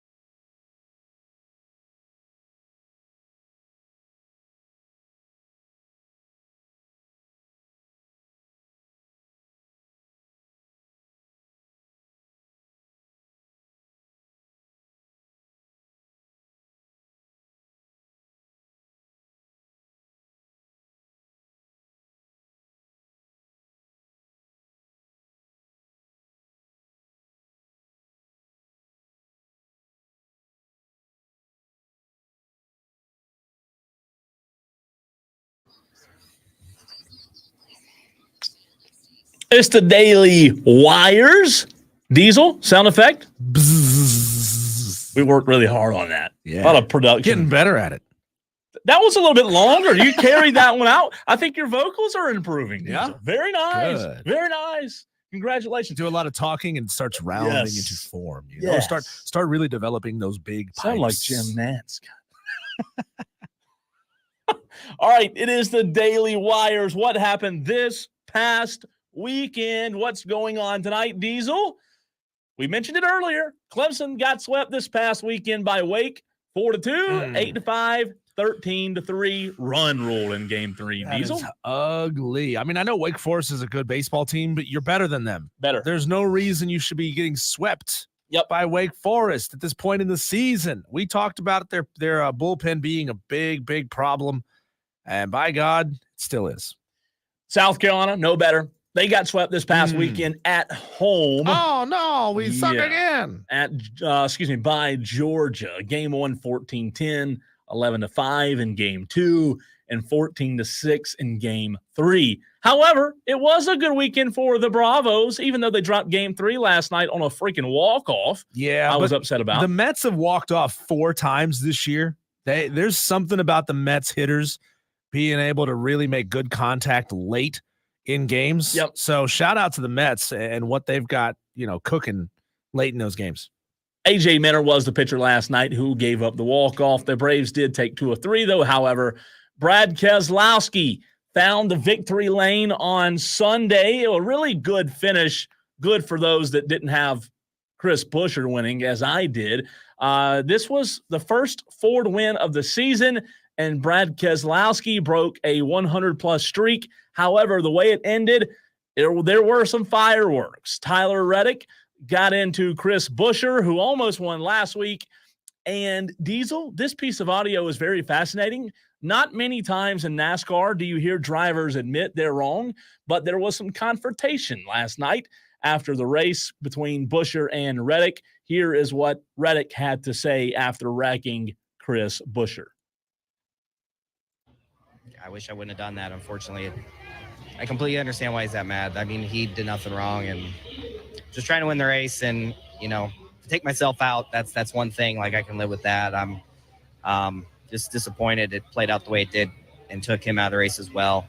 That was not the goal there. If I was going to go for it, I was hoping I was going to clear him. If I hit the wall, pop a tire, I take myself out. I can live with that, right? It's tough to walk away knowing I, used someone up and took someone out of took their chance away from winning the race. That's raced me really cleanly since it came in the Cup Series. So just have to work on that and I don't know, try and make some better decisions going forward. Just a bad ending. Hey, really give him bad credit, ending. though, for being able to admit. He did. Look, it was my bad. Yeah. Totally my screw up. Sorry that I did it. Yeah, I was just trying to do some hard racing, just trying to win the race. It's all it was. I mean, I appreciate him being able to admit that he was wrong. You don't hear that much. No. USC Upstate took 2 of 3 from Longwood over the weekend in Big South play. Spartans now 16-8 in conference play. Walford took 2 of 3 over the weekend from ETSU. They are now 10-7 in conference play. In the NBA, Dallas leads OKC 2-1. Denver and Minnesota are now tied 2-2. Boston leads Cleveland 2-1, and the Pacers and Knicks are tied 2-2. In the NHL, Diesel, the Stars lead the Avalanche 2-1. Vancouver leads Edmonton 2-1. Florida has a 3-1 lead over Boston. And sadly, New York leads Carolina 3-1. Tonight, Atlanta hosts the Chicago Cubs. Reynaldo Lopez. First pitch, 7:20. Lopez gets to start for the Braves. Rory McIlroy this past weekend, Diesel, wins his 4th Wells Fargo Championship And on you Sunday. were following him around on Wednesday. How cool is that? That's awesome. I gave him the good luck. Yeah. I gave him the good luck, man. I wished him good luck. Did you shake his hand? Did he shake No, your hand? I didn't. I should have. That way I could actually take credit. Yeah, some of the good luck could have rubbed off on you. Sure. I need it. I need every bit of it. The Atlanta Hawks over the weekend won the 2024 NBA Draft Lottery and will have the number 1 overall pick. And lastly, Football Scoop revealed that there will be an official group of 5 top 25 coaches poll as voted on by the G5 head coaches. So there's already a G5 top 25 in basketball. Mhm. This will officially create a G5 top 25 for football. Oh, I like it. I like it a lot. What's funny, though, Diesel, you and I were just talking, I believe, on Thursday or Friday of last week about Rory and some of his inconsistencies. Mm-hmm. And now, all of a sudden, man, things are looking up for Rory heading into the PGA Championship this weekend. He'll have 1 or 2 days off, and then he'll head up for the PGA Championship. But you never know. He could get hot. He really could get hot. I'd like to see it. I like Rory. I'm a Rory guy, man. So we Where will does see. Rory stand right now in the world golf I believe fourth, rankings? Diesel. You can check me if I'm wrong, but I believe fourth. So here's something cool. Scotty Rory Scheffler sits now at number 2. Oh, Number 2. that's big time. Yeah. Scotty Scheffler, Diesel, Rory McIlroy, and Brooks Koepka have each won their last start heading into the PGA Championship. So we may have a 3-headed monster going into the PGA Championship. That'd be really cool. Help Scotty's us the out favorite, though. Help us out here. Of these guys who are in the top 5, Scotty Scheffler's PGA, Rory's PGA, Xander Schauffele, he's PGA as well, right? It's I don't know on Xander. Let me check. Wyndham Clark and then John Rahm. John Rahm, I know, is with Liv. Then there's Ludwig Aberg, Victor Hovland, Patrick Cantlay, Max Homa, and Brian Harmon. Xander's PGA. Xander's PGA. Yep. Wyndham Clark. Wyndham Clark, you said? Yeah. I want to say he's PGA. So I do wonder if it says it's currently on the PGA Tour. Yes, he is. So right there, top 4 players in the world are all PGA. Yeah. John is not. I wonder, Cole, if there's any kind of weighting system that makes it so that live golfers can't be number 1, 2, 3 in the world. I genuinely Good question. don't know the answer to that question, Cole. When we come back, you and I will go head-to-head, face-to-face, fist-to-cuff to fist-to-cuff. Yeah, the 5 o'clock fight is coming up next here on Wire to Wire.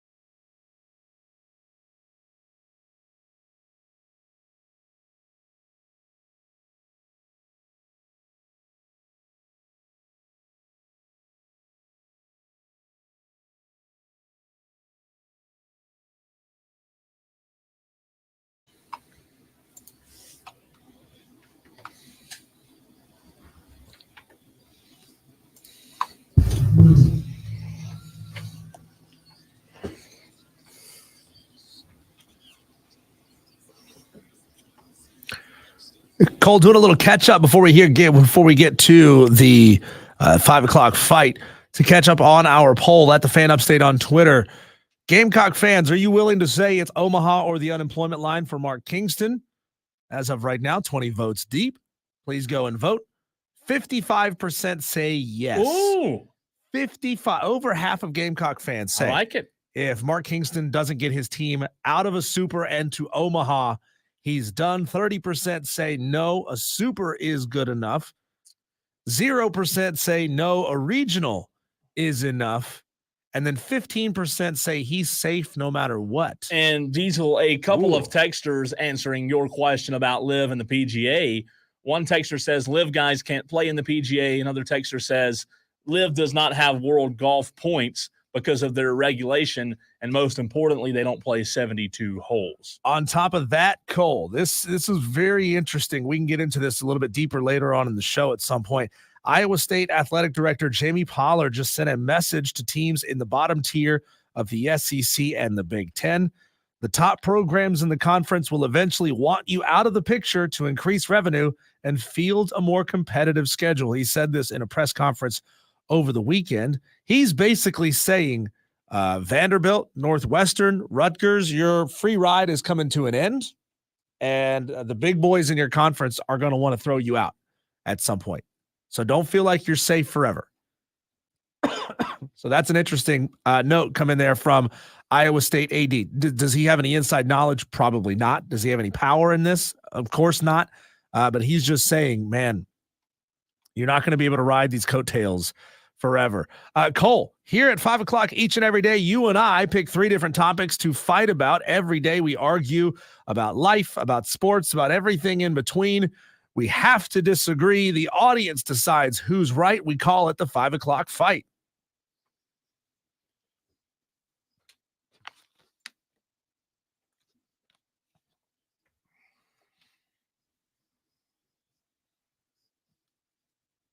We love it when Tolos send in fight ideas. We'll tell you after round 3 how you, the Tolos, can submit your fight ideas. But here we go, Cole. 3 fights, 3 different opinions. Well, 6 different opinions. It's time for round 1. Cole, on the weekends, what's better? Sports at night or sports during the daytime? It's a great question.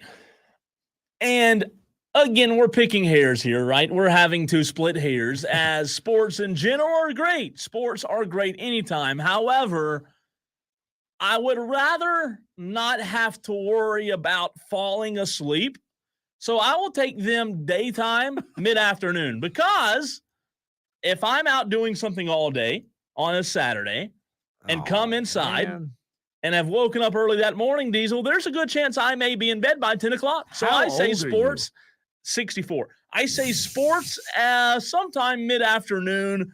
I like that 3:30 CBS SEC kickoff. That's the perfect slot. No, man, I got too much stuff to do outside, right? I got too many hobbies. I got yard work that I need to do in the daytime. I can get those done in the daytime, Cole, and then I can go to a game and watch a nightcap game. I could go down to a drive game. Eventually, I'll be able to go to a Spartanburgers game, a night game. It's not as hot. Man, night games are so much better than day games. Are you serious? Are you telling me you would rather go to a day game? No, I think this Death is just Valley more in terms of or a night watching game on TV.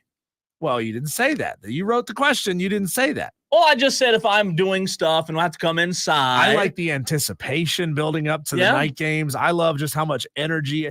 It's prime time, right? There's more juice behind those prime time games. So give me the night games. That's my opinion. Cole likes those mid-afternoon games because he's got to be in bed by 9:30. Old man. Coming up, here we go, round 2. You got to take a day trip, Cole. A lot of people are starting to do that. The weather's turning nice. Yes. It's a summer day. You're going to take a day trip, a road trip. You're down and back in one day. You get a day trip to Charleston. You're going to day trip to the mountains. I will say the beach any day over the mountains because, number one, I love the beach, and it's hard to beat the beach, whether it's for 1 day or 10 days. I would also say day trip to Charleston because you can get there almost 3 hours, 2 hours and 50 minutes. You can get there, leave early in the morning, get there about, 10 a.m., and then leave around 6 or 7 and still be home at a decent time. 3 hours away. I've always said South Carolina is great because you can be multiple places pretty quickly. But give me Charleston day trip. I can be at the beach by 10 a.m. I'm a mountain man through and through. You get up into the mountains, man, all it's going to cost you is a tank of gas. You go down to Charleston, you're going to have to pay for parking. You're going to have to pay, $35 for a plate of shrimp and grits. All the things that you want to do when you're in Charleston. Man. They're delicious. Those $35 shrimp and grits are really tasty.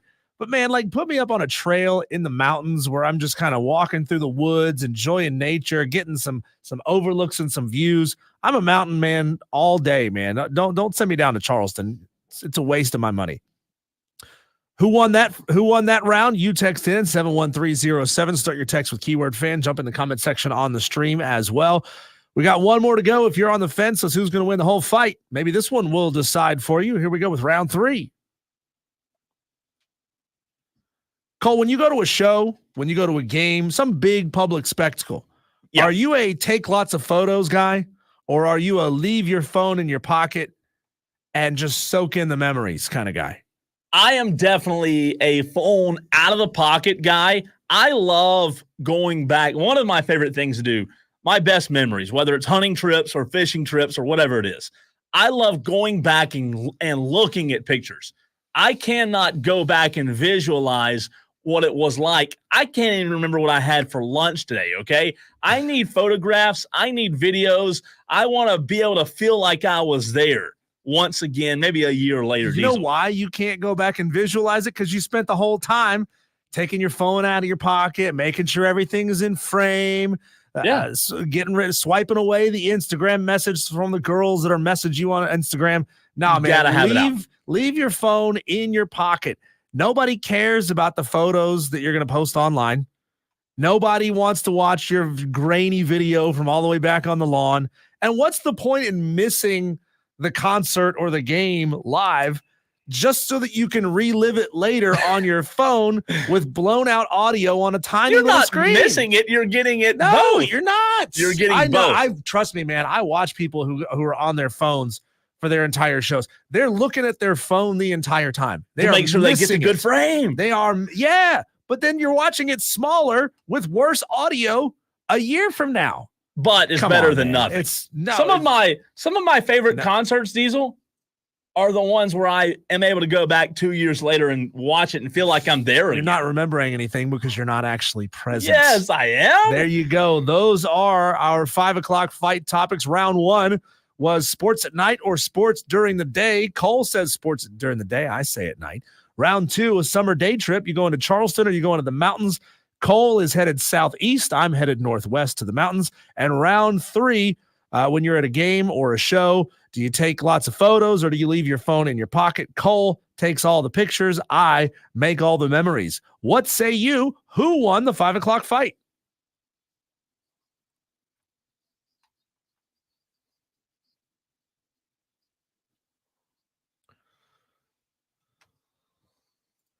We will fight about whatever you want us to fight about. Hit me up, Diesel at thefanupstate.com. Put the word fight in the subject line of your text. Who won the 5 o'clock fight? We go round by round. We go fight overall. You tell us who won. Man, who'd you pay off today, Diesel? Who did you pay off today? I'm not paying anybody off. I just have better opinions than you, okay? No. Let's see here. Let's see. JD says, typical Clemson fan, but then Cole will complain about all the noon kickoffs. Diesel wins round 1. Matt Kraft agrees.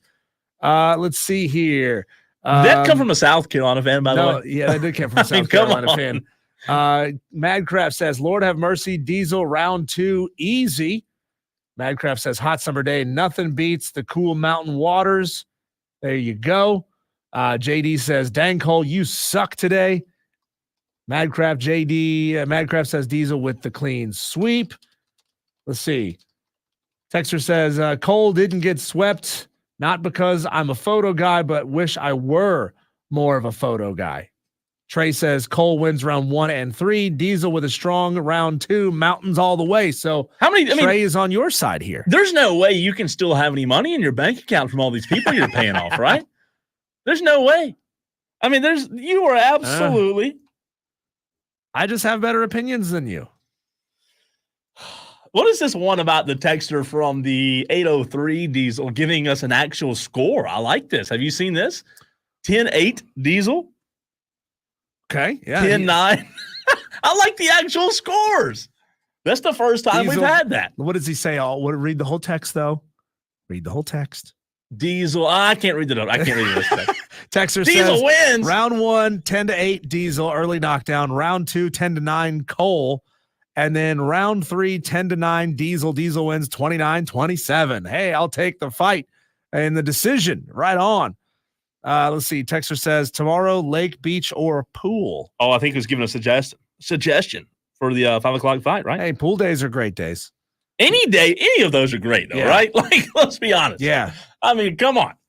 Any of those days, man, are fantastic. Last Thursday, the reason I wasn't here on the show, I went to Charlotte to see Foo Fighters. I had never seen Foo Fighters before. We had lawn tickets. Typically, I don't have lawn tickets. This is not me showing off or anything, but I almost always get tickets down low. And we're back in the lawn, and there's a couple there, Cole. Both of them are in there probably easily in their late 50s, sitting there in rented lawn chairs, and they are scrolling their phones the entire show. Neither of them actually. No, I'm not good with that. Neither of them stood up to watch the show. Neither of them were recording audio from the show.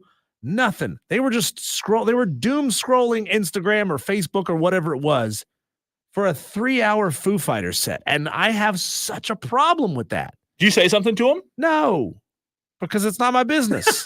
But I can internally have a problem with that. See, that's how you know I'm an enlightened individual, Cole, because I can have a problem with something someone else does and keep not it to be yourself. A jerk about it. There you go. Texter says, I have never been more in agreement with Diesel for the fights. Another one, Diesel's paid off.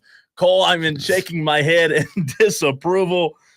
Another texter says Diesel sweep. No one cares about your concert. I'm not saying I'm posting the concert pics, Al. I'm just saying I like going back and watching them. I mean, come on. But with blown out audio, you know the audio is not going to sound good. It doesn't matter. What? It doesn't matter. But you got it right there in front of you. Jacob says, I'm on the fence with round 1. If I'm by myself, I prefer day games, but nothing like attending a game with the boys. Charleston over mountains, and phone stays in the pocket. So yeah, he's split there. I try to take like one photo, because a lot of shows, concerts, I'm working with the Planet, and I'm supposed to post a photo or two. I'll post like 1 or 2 photos, and then the phone goes in the pocket for the rest of the show. I never take concert photos. I never take videos, because it can get really addictive doing that, right? That's just me. It can. I have bad memory. So I need to have pictures to go back and watch, right? I need to have proof that I was there. I'm a picture guy. And not just concerts, by the way, but in life. Like, I like taking pictures so I can do that. Go back and remember where I was a year ago today. Remember what I was doing 3 weeks ago. Because if I don't take pictures, there's no way I'll remember. Well, that just tells me you have a bad memory. Oh, it's terrible. It's absolutely terrible. There's no doubt. 844-FAN-PHONE. That is 844-326-3663. That's the number you can use to call us. It is the Renewal by Anderson fan phone. Voice your opinions there. Brad wants to get back to our Mark Kingston debate and the poll that you put up on Twitter. Brad, you called in last week and said Kingston was going to go on a tear, huh? What happened? I'll tell you one thing. I hope he took some pictures inside Founders Park, because that's the last time he's ever going to coach a game in Founders Park. That was the most embarrassing performance in 3 games I have ever seen. 42 runs. Hey, if you would have put Shane Beamer's defensive coordinator out there, he would have done a better job than that. That was the most pathetic performance I have ever seen. And I hope he never steps foot on those grounds ever again. I mean, my goodness, you gave up 42 runs in 3 baseball games. So you've changed your tune, Brad. Dewey, is that you? 42 runs in 3 games. My goodness, the 1927 Yankees, I don't even think they gave up that many runs in a whole season. It was pitiful. It was absolutely pitiful. And Mark Kingston, if you're out there, I'm sorry, but you need to go back down to Florida where you came from, because you are no longer welcome in the state of South Carolina. So all it took to change your tune was one weekend, and all of a sudden now you're ready for him to be gone, right? Yep. I mean, and don't get me wrong, Georgia's a good team. You know, they're a top 10 team. But in the SEC, a top 10 team, you might not even make the NCAA tournament. That's how strong it is. JD wants to point out on the stream there, Brad, that it was only 39 runs. Yeah, only 39. It wasn't that bad. Yeah, he's sending like 4 texts in a row. He's upset that you've gotten it wrong by 2 or 3 it's because runs. Brad was videoing the game and he was replaying the home runs in his mind. That's what happened. I didn't go. I ain't spending my money. I'd rather go watch Don Staley's girls practice than go to that crap. Hey, Brad, who's going to be coaching at South Carolina longer, Mark Kingston or Shane Beamer? Shane Beamer. Beamer is going to go undefeated this year. God. You can mark that down. Yeah, just like we marked. I knew He's got a whole new team. I knew Brad was secretly Dewey. I knew that, man. I could hear wow. his voice. We're marking it down, Brad. Beamer is going to have a completely different team this year. This is the year. We love your boost of Thank you, confidence. Brad. Appreciate the call, Brad, as Brad, always. you need to bring that energy tomorrow. Call back in tomorrow when we're on location at the Gamecock Club event. That's right. That's going to be big, man. We're going to have opportunities for you to ask questions. I'm not sure. Is it confirmed that we're getting Shane Beamer? So we will have him on air. It will not be exclusive with us. It will be media availability. He'll be doing media availability before the meeting tomorrow, and we will be able to stick a microphone in his face and capture that audio live. So yeah, we'll have him live. Fantastic. We'll see. Wesley on the stream said someone started drinking early today. JD again, driving, get your stats right. That's JD's true. wound up on that stat, man. He's upset about that. That's true. Hey guys, we're going to keep it on the gridiron, on the diamond. We're going to keep it on the diamond. When we come back, he got me messed up, man. Brad started talking Gamecock football. We're going to keep it on the diamond. We're going to talk the Atlanta Braves, who seem to be figuring something out, maybe. Next, we'll talk to Jake Mastriani, host of the Locked On Braves podcast. So if you've got questions about the Braves, burning things that you need to know about this roster, about this lineup, get them to us now. We'll ask your questions of the guy who knows more about the Braves than anyone I know. Jake Mastriani of Locked On Braves coming up next here on The Fan Upstate.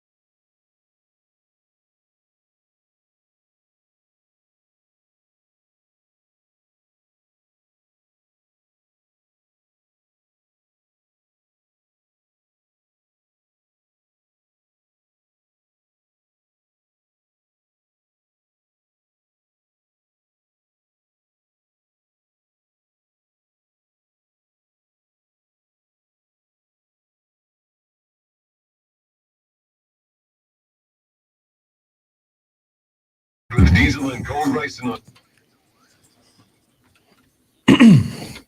A good weekend for the Atlanta Braves, even though they dropped Game 3 last night, still taking the series. And now to talk Atlanta Braves baseball, we bring on Jake Mastriani of Locked On Braves.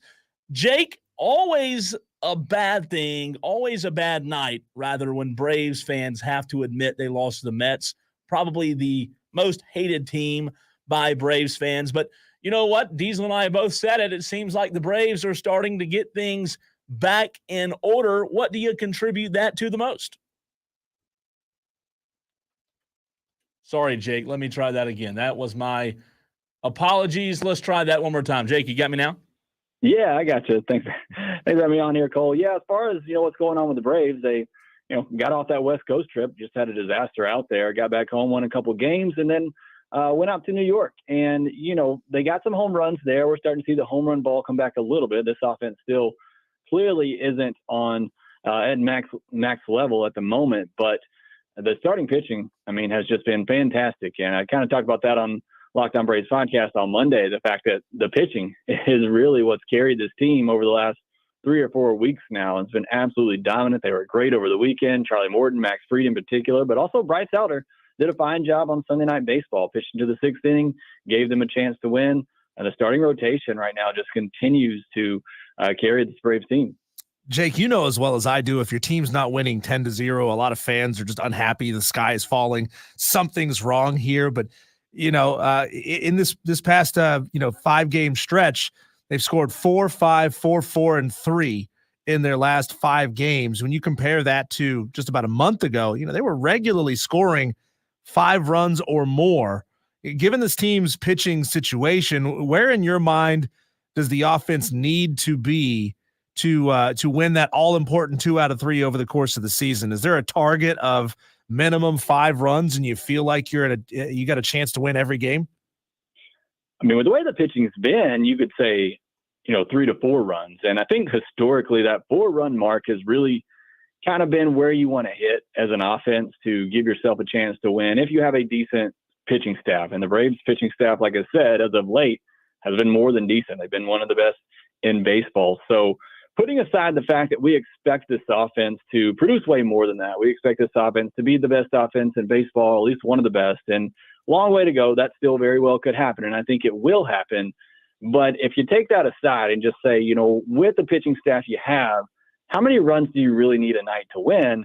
And 4 is typically that mark. You look what, they've done over the last several games, last week especially, they've gotten to that 4-run mark and they've been able to win. It's just, we haven't seen that 6-run mark. We haven't seen them put up, 8 runs. We haven't seen that big outburst from this offense like we've come accustomed to seeing, especially last year, but really, in previous years as well. This team would go up and put up that many runs several times during a week. And we just haven't seen it really for the past 3 or 4 weeks. They've only scored more than 5 runs once since April 19th. That's just not what we've come to expect from this Braves team. And again, something that I think will turn around eventually. But, again, with the way the starting pitching has been, they really don't need that much. You look at the Sunday night game, they got 3, really they just needed, that 1 more. So again, if the pitching continues like it is, you don't need this offense to be the best in baseball, but I think they will be at some point. Jake, when you look at what Marcell Ozuna has done this season and what he is continuing to do, in your opinion, is this something that is sustainable for Ozuna playing at such a high level for the entirety of the season, or do you expect him to cool off? It's hard to sit here and say he's going to bat 326 with a 1042 OPS the rest of the year. But, we're looking at a 160 game sample size now of Marcell Ozuna being one of the best hitters in baseball. So I think he's still going to be a very good player the rest of this season. I don't see any reason why, he can't push for 40 home runs again. I don't see any reason why he can't, drive in 100. He's already driven in 40 this year and leads baseball. So I think he's still going to be a very good player for the Braves the rest of the year because we've seen a larger sample size now, starting back at the beginning of last May. Like I said, a full calendar year, over 160 game sample size of Marcell Ozuna just being really, really good. So we have to take that to mean that this is no longer just a hot streak. This isn't just a short sample size. If you go back, like I said, from last year, this is the Marcell Ozuna that we're seeing right now. So again, there's going to be a little bit of regression from where he started this season. Like I said, I don't think he's going to bat 326 with a 1042 OPS and a 638 slug, but hey, who knows? Maybe this is just the new and improved Marcell Ozuna and we all have to get used to it. But regardless, even if there is a little bit of regression, I do just think he's turned things around and he's just a really good hitter at this point. He is Jake Mastriani, host of the Locked On Braves podcast, wherever you get your podcast, and on YouTube as well. Go find and throw him a follow, man. Trust me, if you're a Braves fan, he really is one of the most plugged-in guys you could possibly hope to find. Jake, can you give us an update on Austin Riley's oblique injury? And a larger question than that, Jake, why isn't load management a dirty word in Major League Baseball the way that it is in the NBA? I mean, one league it's seen as prima donnas, players not wanting to play. And in baseball, it's just a normalized part of the game, even though it's a lower impact sport than basketball is. Yeah, I've never really understood the idea of giving a player a day off in baseball necessarily, just because baseball is such a rhythm sport. And like I said, it's not necessarily as high impact. And I think it becomes down to player specific, although managers have taken it into their hands a lot more now with giving players times off. I've never been a believer of taking a game or two off in May or June is going to keep you more fresh for September, October. I just don't, or prevent injury. Like you can get injured anytime that you're out there. So yes, if you sit a player a game or two a month, then perhaps that takes off a little bit of risk that they could potentially get injured. I've never really seen scientifically, statistically that helps the player's performance. But whether or not that should be something that happens, obviously is going to be something that continues to get discussed. As for Austin Riley, you hate to see that him getting taken out of the game Sunday. Everything said afterwards was that no big deal, but he did report back to this morning as they got home and said he was still feeling sore. So now they're waiting on imaging. Looks like we might have some results of that after Monday night's game. Hopefully it's nothing serious. You're already without Sean Murphy. He lost beginning of the year, first game of the year. Looks like he could be working his way back. But if it is an oblique like it was with Sean Murphy, and that's just speculative at this point, those can be very tricky, and you pretty much have to shut it down for a while to the point where you feel like it's not going to get re-aggravated. So hopefully that's not the case with Riley. Hopefully he can avoid an IL stint. But as far as load management in baseball, I'm not a huge believer that really has a ton of effect on players. So, Jake, if you're saying that you would rather them not have those days off, are you also saying that the Atlanta Braves should not win the division so they don't get that dreaded break that they do every year? I mean, you can't sit here and say you don't want to win the division and get that bye. I mean, yes, it's been rough the last couple of years, but you got to think at some point they're going to figure out how to manage these 5 off days. I do wish Major League Baseball would look more into it and shorten up that break in between and put a little bit more pressure on those wild card teams, because just the way that the schedule is now, it's really only an advantage in game 1 of an NLDS for that bye team. With you get your number 1 up against a team's number 3, you're fresh, you line up your rotation. But after that, you're facing Zach Wheeler game 2. You're facing Aaron Nola game 3 against your 2 and 3 starters. So in my opinion, it's just not that big of an advantage, but you still take a huge risk whenever you go into that wild card series. You could have 2 bad games there and you're just done before you even get to the division series. Braves travel to take on the Cubs, 7:20 first pitch tonight. Jake, Reynaldo Lopez gets the start. He has to be one of the most pleasant surprises on this roster. I mean, expectations weren't super high on him, and he's more than delivered as he's moved up into the starting position. Is Reynaldo your biggest and most pleasant surprise on the roster this year? I think so. I mean, look, he had to come into spring training and win the 5th job in the rotation, obviously, before Spencer Strider went down to begin the season. And look, my expectation was, can he be a 3rd, 4th type of starter? And he's been better than that. I mean, he's been a top of the rotation guy. Now, will that continue? I have, some doubts about that. But either way, you can't look at what he's done so far and not be surprised. And I think the Braves front office would probably even be a little surprised with what he's done so far, because he's primarily using 2 pitches. I mean, it's fastball, slider, And, I've been impressed the fact that he's been able to maintain that velocity deeper into outings, keep hitters off balance. I think the key for him, though, is can he start to work in that curveball a little bit more to lefties or the changeup? He seems to go more to the curveball, but he just hasn't really had a great pitch right now to get out lefties.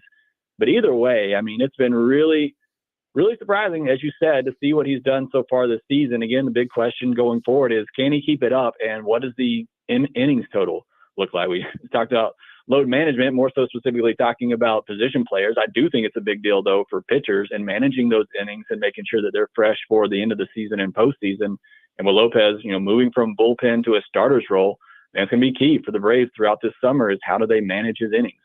Jake, when we look around the world of pro baseball, we see guys arriving on the scene like a Jackson Holiday or a Paul Skeens this past weekend in Pittsburgh.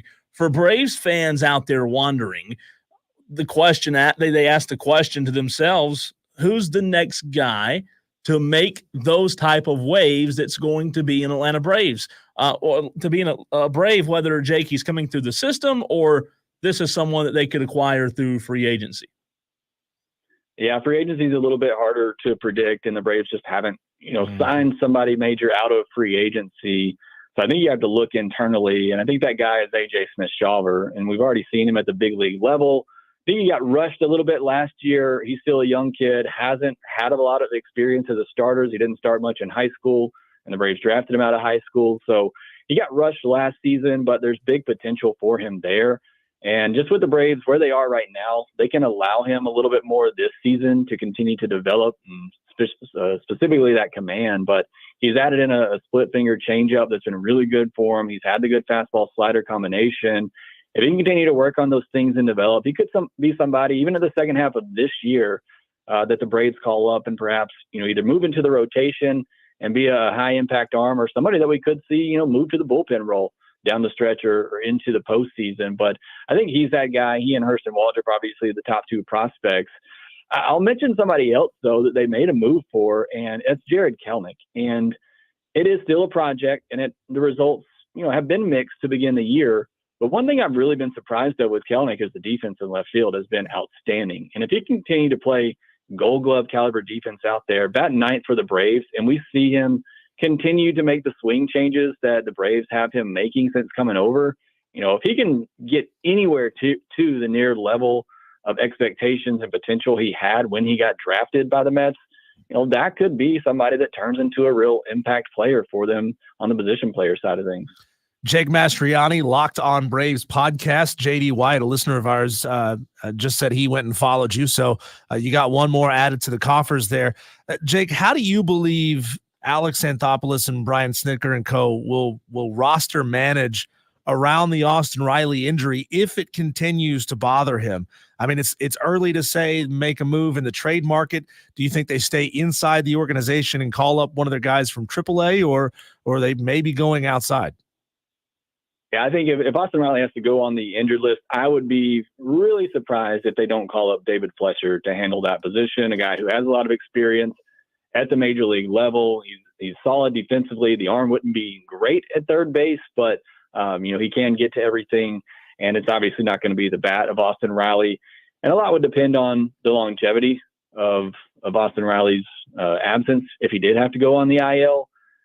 But I think in the meantime, for now, because you're just not going to find that impact bat out there. Look, the Braves just traded Luis Guillorme to the Angels because they just didn't have any room for him.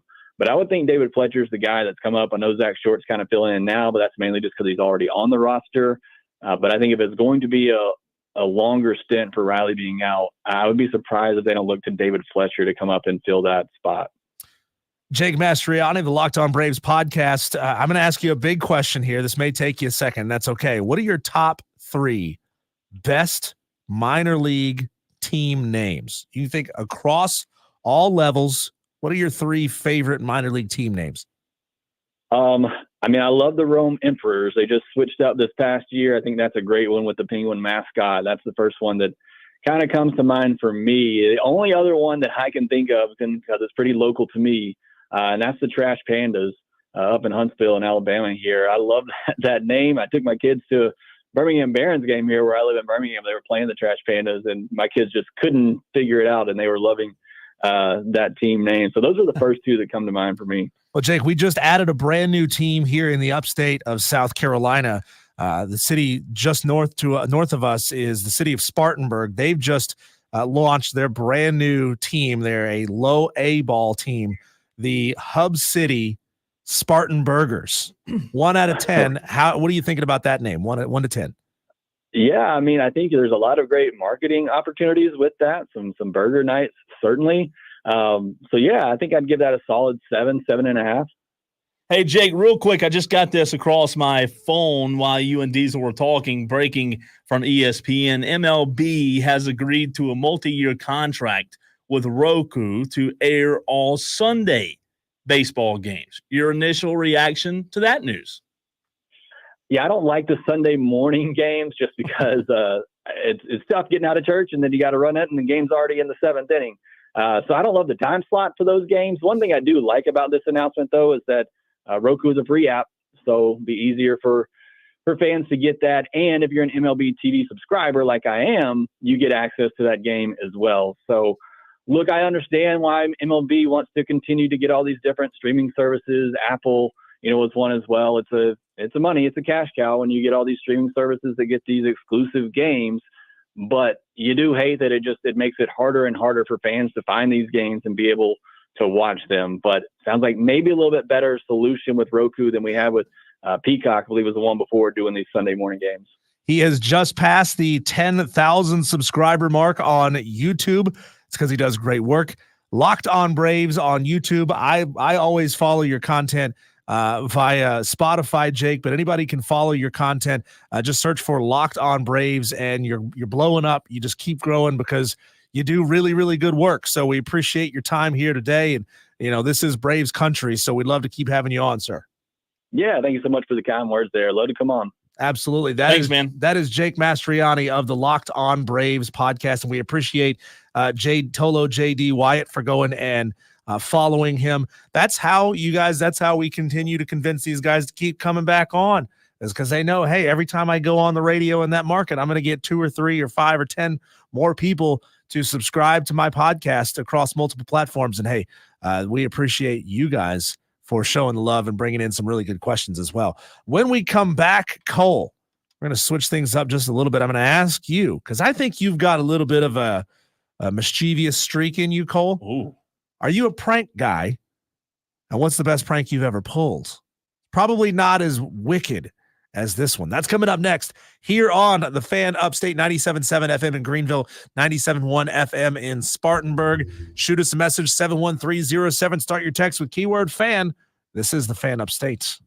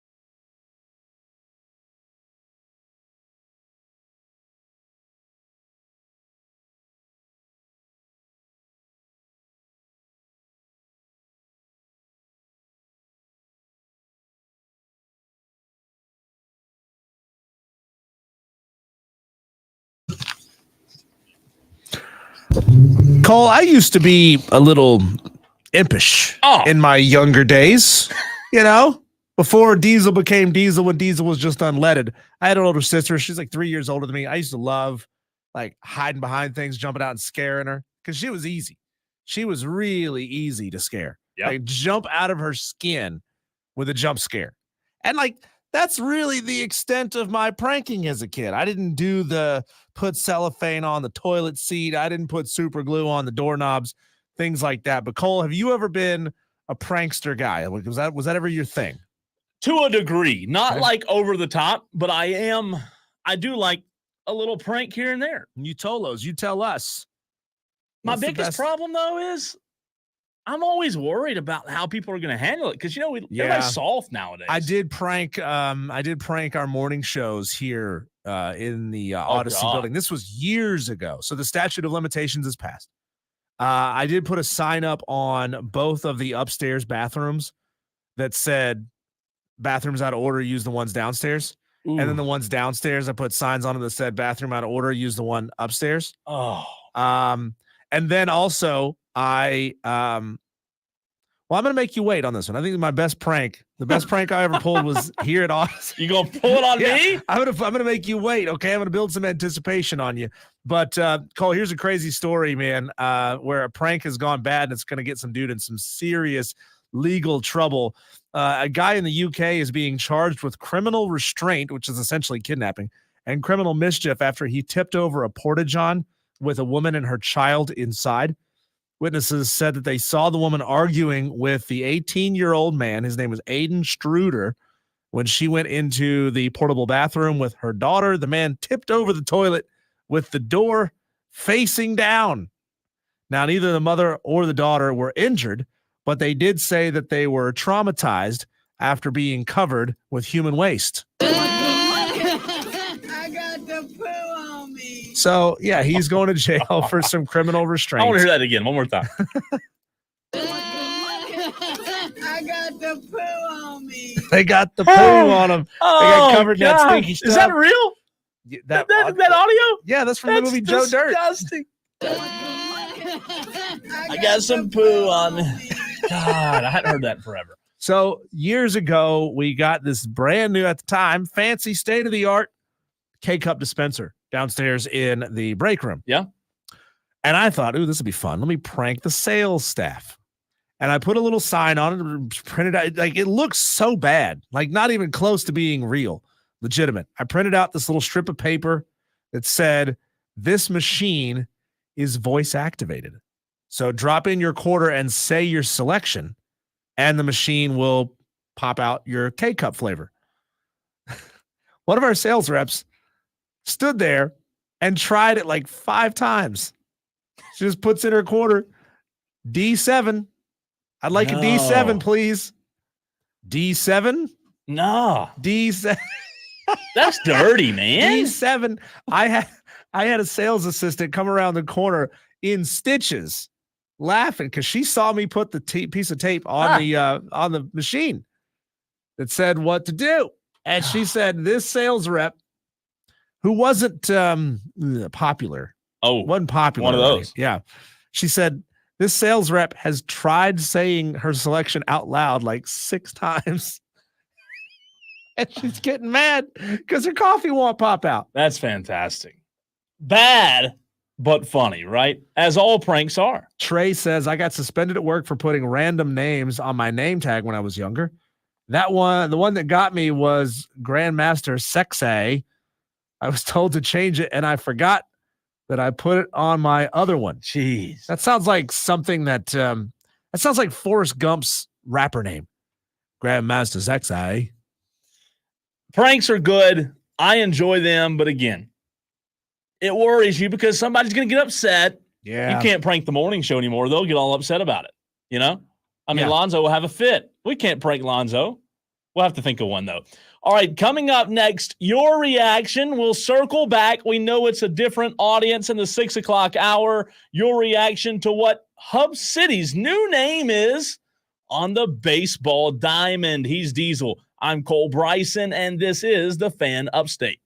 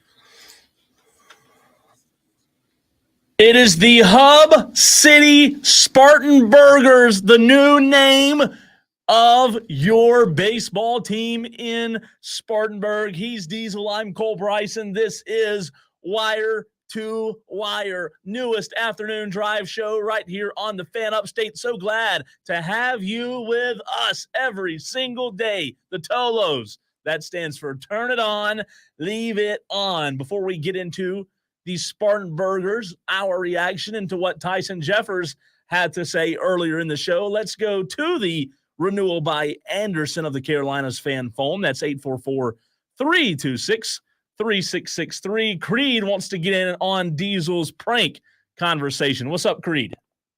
Hey, 15 years ago, I was picking up some metal bearings for a company, from a metal bearing company. They asked me, the lady said, do you know what you're getting? I said, no, I'm just picking up. So they brought this kind of a big box. This much older, skinny lady brought it out. She was struggling with it heavily. I tried to help her, and she's like, get away, Sonny. I'm strong. Get away. And she said on a table, after I signed for it, I went to pick it up. I couldn't move it. I mean, I couldn't even move the box an inch. It was incredible. But she pushed me out of the way and said, get back, Sonny. She struggling picked the box up and carried it out to my truck. And I'm just in amazement. They had a dang magnet under the table. They turned the magnet on when they put it on the table. That's fantastic. Gotcha. Creed, they got you, man. Thanks for the call, good. man. That's good. Thanks for the call there, Creed. That's good. I've never heard of that one. A magnet on the table. When he said I couldn't pick it up, but this old lady could, my first thought was, there's a magnet in that box. That's great, man. You got to slide it. You can't just lift it off the table. You got to slide it off the table.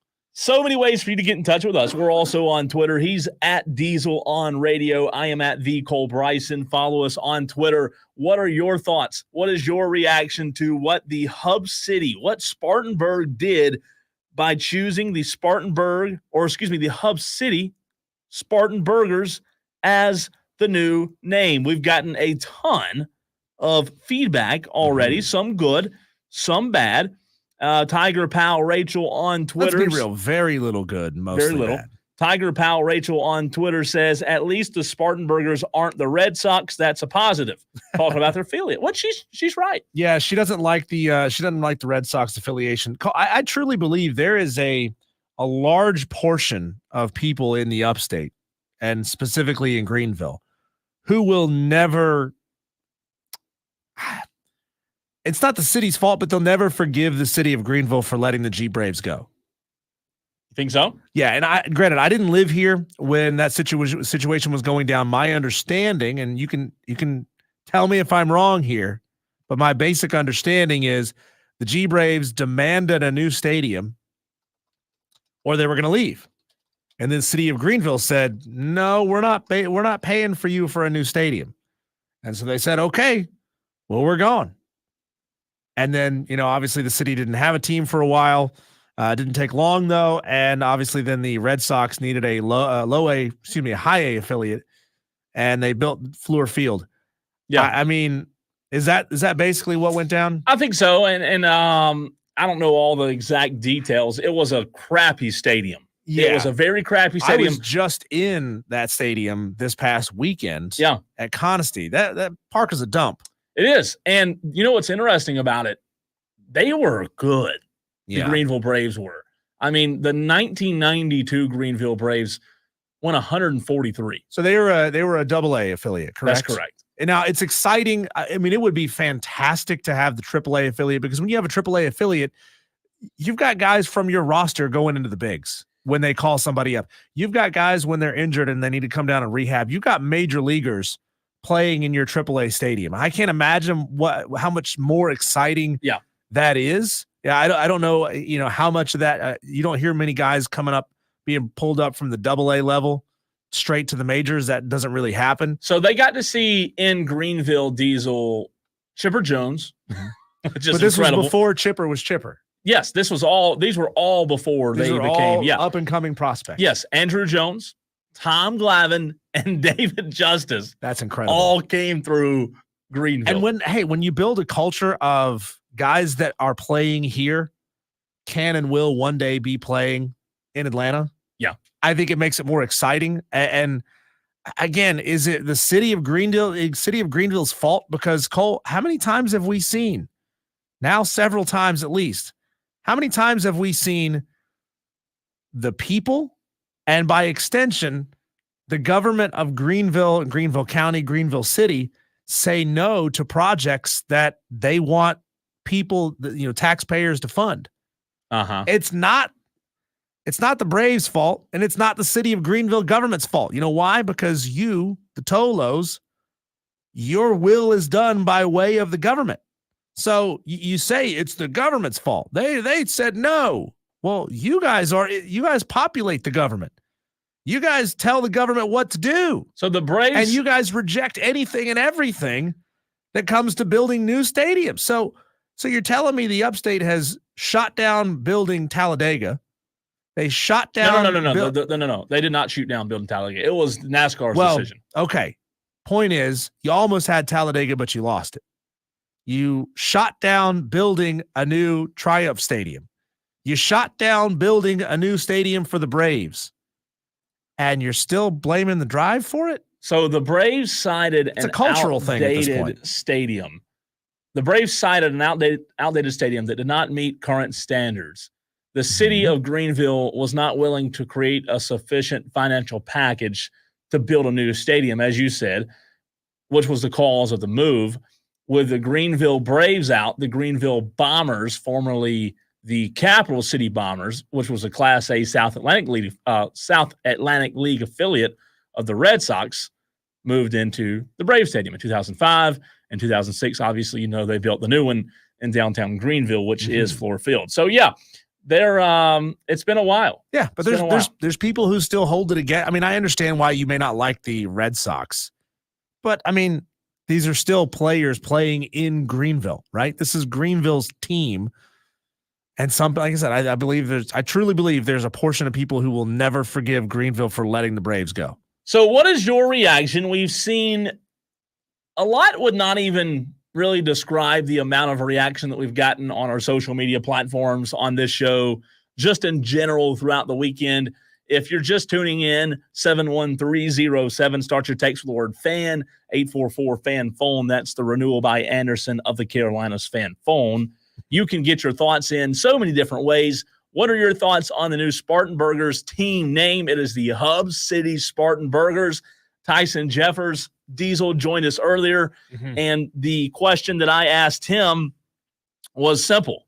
How much of the collegiate name already being the Spartanburgers influenced the new name?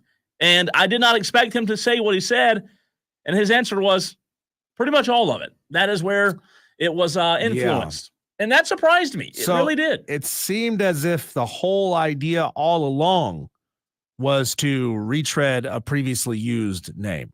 Correct. And that disappoints. And it's fine for a lot of upstate residents, Spartanburg residents, you Spartanburgers. I know you don't call yourselves that, but you are now. Guess what? You got a team named after you and everything. A lot of you are saying we didn't want a retread name. We didn't want to use this name again. We didn't want to be the Spartanburgers again. And that's him telling you, well, that's pretty much why we went with the name, because you'd had it before. And that's most of the disappointment, Cole, that I've read. Not 100% of it, but I would say at least 60% of the disappointment in the name centers around it being a retread name. And, what's interesting is that team, it was a upper collegiate team. It fell on its face. It was going on during COVID, so that didn't help. They had financial issues, and Spartanburg saw that crash and burn very quickly. And rightfully so, Spartanburgers now were hesitant of that name because, number one, it's a weird name. Number two, they didn't want to have to try to revitalize something, instead of just giving them a fresh start. They wanted a fresh start. There were thousands of people downtown on Saturday night. Diesel, you and I were there. There was an incredible buzz that Spartanburg had not seen in a long, long time. And, I think the organization dropped the ball in terms of captivating and building on that momentum because it was incredible. And the the audio, if you follow us on Twitter at the Fan Upstate, I tweeted out a video that now has 40,000 plus views. The audible noises from the crowd, Diesel, were not great. So that gives you all you need to know. Well, I mean, we know all about the really fun, creative minor league names that are out there. You know, the Binghamton Rumble Ponies and the Albuquerque Isotopes and some of the really fun names that are out there. As a matter of fact, I did a Google search, Cole, to find some of the best minor league baseball team names. You got the Biloxi Shuckers, the Hartford Yard Goats, the Lansing Lugnuts, the Jacksonville Jumbo Shrimp. That's good. Akron I love that. Rubber Ducks. This one's questionable, but it's creative. The Amarillo Sod Poodles. That's weird. The Rocket City Trash Pandas. Love that. The Macon Bacon. The Savannah Bananas. I mean, these names are now getting out there into the zeitgeist. Like, people know of these team names. And so to have something that is not fun and exciting and entertaining and interesting, I think that left a lot of people feeling really flat. It feels like the team didn't try very hard to come up with a name. Well, and that has been one of the biggest criticisms I've heard, is that it felt like they just went with the easy way out. They chose a name that had already been used, and they just added an ERS to the end of the city name that they're in. And people feel like they got cheated. They feel like they got the cheap, basic, true value name. And the perception of it is, Diesel, again, if this is reality or not, I'm not telling you it is. The perception is a group of people from out of town came in and they gave this team a name, and they're telling people that, well, we did it because you're known as the Spartanburgers, and everybody that lives in Spartanburg is saying, to who? Well, then what is a what do you call somebody who lives in Spartanburg? Spartanburg resident. I mean, really? Spartanburg resident? I've never heard. I'm not saying. Are they Spartanburgians, Spartanburgites? No, I'm just saying it's never been used before. Nobody's ever heard of that. Yeah. Texters are texting in. Again, let me know. I've lived in Spartanburg my whole life outside of 1 year where I moved to Texas. Have you ever heard anyone in Spartanburg called or referred to as a Spartanburger? Here is the audio, Diesel, from the announcement. I will preface this audio by telling you I recorded it. However, I kept my mouth shut, which I know it's hard to believe that, from the time I started recording to the time I ended the recording. So what you hear, people around you, what you hear are just fans. I may have to dump this if it gets bad, but we'll see.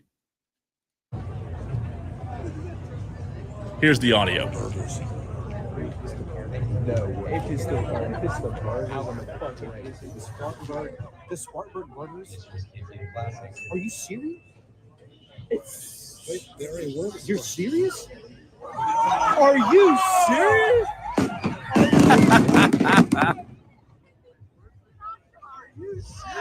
So that is the reaction from the crowd, and I did have to dump one of the words that was said because it was not FCC friendly, Diesel, but you and I were there. Yeah. I mean, you were at the stage. I was at the very top. Were you surprised by the reaction? No, I wasn't. I mean, I my biggest fear was that they were going to get cute and they were going to name it something dumb. Dumb as in obvious, dumb as in not creative. I love creativity. I love alliteration. I love goofy stuff. People, I know that people outside of the upstate would buy Hub City Hootenanny t-shirts because it's fun, right? But I'm disappointed.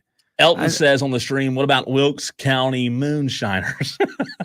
Yum. That's going back. See, Dan B says New Orleans changed their team name from the Zephyrs to the Baby Cakes, so this team didn't do that bad. But here's the deal, Dan B. I don't think Baby Cakes is bad because you got the King Cakes. That's a famous part of New Orleans history. Zephyrs is an old school goat name. New Orleans Zephyrs was a great name, so I don't understand why they had to change it off of that. But you could do far worse than the Baby Cakes. Brandon Burnett on the stream says the Hub City green going to look great beside my Kelly Green Eagles jersey. Texter says it's the Sparkle City. Come on, man. Plenty of material to work around that. I thought that's where they'd go, really. I did. I thought it would be something to do with Sparkle City because Hub City's great. I like Hub City, but I thought it would be something to do with Sparkle City because that's what it's known as. Yeah, look, we had a fantastic turnout. They had a fantastic production out there on the stage. A whole lot of people showed up and they saw what was going on right there, over the stage. You could see the construction of the stadium. So it's not going to change now, guys. And hey, we had Tyson Jeffers, the GM of the team, on, and I think we're going to have that interview coming up, by the way. We're going to replay that interview coming up for you here in the next 10 minutes or so. He knows. I think he knows that they messed up. I don't know if he would ever, of course, he would never admit it. I don't know if the high ups, the muckety mucks that chose this name, I don't know if they realized they messed up as bad as they did. I mean, you can't tell me that anybody who was the person who was responsible for this decision, let's just say it was Jeff, the third in charge guy at the Rangers. When Jeff hears that the people of Spartanburg hate the name, you think Jeff is like, ha, got him, don't care. They're going to deal with it anyway. No, I mean, he wants to pick a name that people are going to like. But again, it's not changing now. I think, and again, this is just my opinion. I'm not telling you this is what I know happened, but what I think happened was the group came in, they learned about Spartanburg. They said, oh, they have the Beacon. Everybody's telling them to go to the Beacon. Go try the Beacon. They go to the Beacon. They find out, wow, everybody here is telling us to go to the Beacon. Everybody here's cheeseburger crazy. They have good burgers. And then they hear, from a few other people, well, that's what everybody loves, the burgers in Spartanburg. There are good burger places in Spartanburg. And then I think somebody said, oh, by the way, they used to have this summer collegiate team called the Spartanburgers. And somebody said, really? That's twice we've heard about burgers. And then they're saying, oh, I think they said, oh, well, the burgers are great. They did have this name. It failed. Let's revitalize it. And I think that, in my opinion, that's probably how it went. That's just how I'm thinking about it out loud. And I think that they said, okay, we can revitalize it. And there's nothing wrong, Diesel, with revitalization. It's just that, as you saw, the overwhelming majority of the people were disappointed. So what you're saying is that it's you Spartanburg residents' fault for any time somebody says, hey, I'm coming to Spartanburg. What should I have for dinner? Oh, you should go to the Beacon and get a burger. Yeah. Oh, you should go to Ike's and get a burger. Oh, you should go there and get a burger. Maybe they just thought Spartanburg residents are cheeseburger crazy. And then the team thought, well, they're going to love it. Yep. Good. You never know. I'm sure the tens of people who showed up to the high college ball team 4 years ago was proof that, man, there was a clamoring for merch. Yeah, at Duncan Park. It's not great. Not good. Not great. Cole, when we come back, we are going to replay our interview with Tyson Jeffers, GM of the Spartanburgers, the Hub City Spartanburgers. And I think we do a fairly good job here of containing our lack of enthusiasm, disdain, but also, trying to build some excitement for the fact that pro baseball is coming back to Spartanburg. You're going to hear that interview next here on the Fan Upstate.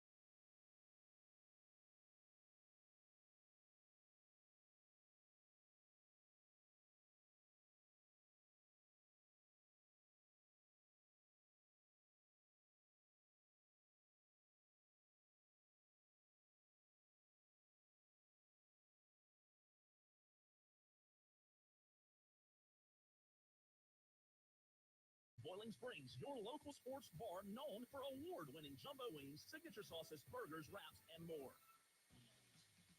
For the ones who work hard to ensure their crew can always go the extra mile, and the ones who get in early so everyone can go home on time, there's Grainger, offering professional-grade supplies backed by product experts so you can quickly and easily find what you need. Plus, you can count on access to a committed team ready to go the extra mile for you. Call, click Grainger.com, or just stop by. Grainger, for the ones who get it done. Get ready to show your Gamecock pride at the ultimate fan experience. Join us at the Lodge at Lake Bowen Commons on Tuesday, May 14th for the Gamecock Club meeting sponsored by Highway 292 Trailer Park. Experience the excitement as the Fan Upstate's own Wire2Wire goes live on location. Special guest Coach Shane Beamer will be in the house sharing insights and insider information. Don't miss out on this exclusive event. Get your tickets now at thegamecockclub.com. And remember, coming soon in 2024, it is Highway 292 Trailer Park. Grab 2 Bo's Bird Dogs for $5. Available for a limited time only at Bojangles. It's Bo time. It's Bo time. When you combine the bold taste of a Bojangles Chicken Supreme with dill pickles, Carolina Gold barbecue sauce, and a toasted bun that's great on the go, you get Bo's Bird Dog. In fact, you can grab 2 of them for $5. Available for a limited time only. It's Bo time.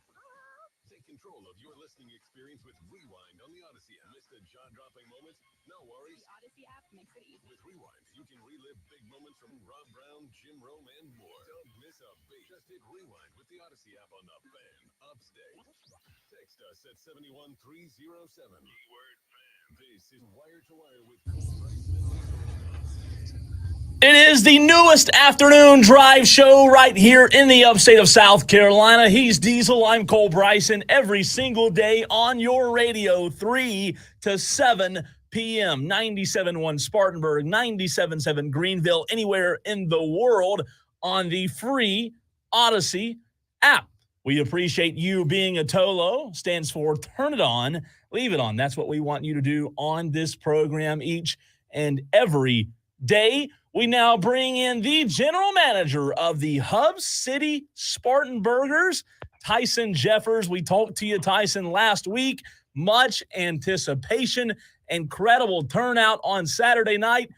I want to ask you, when the new Spartanburgers were announced, the Hub City Spartanburgers, what was your reaction to what you saw in the crowd, good or bad or mixed reviews?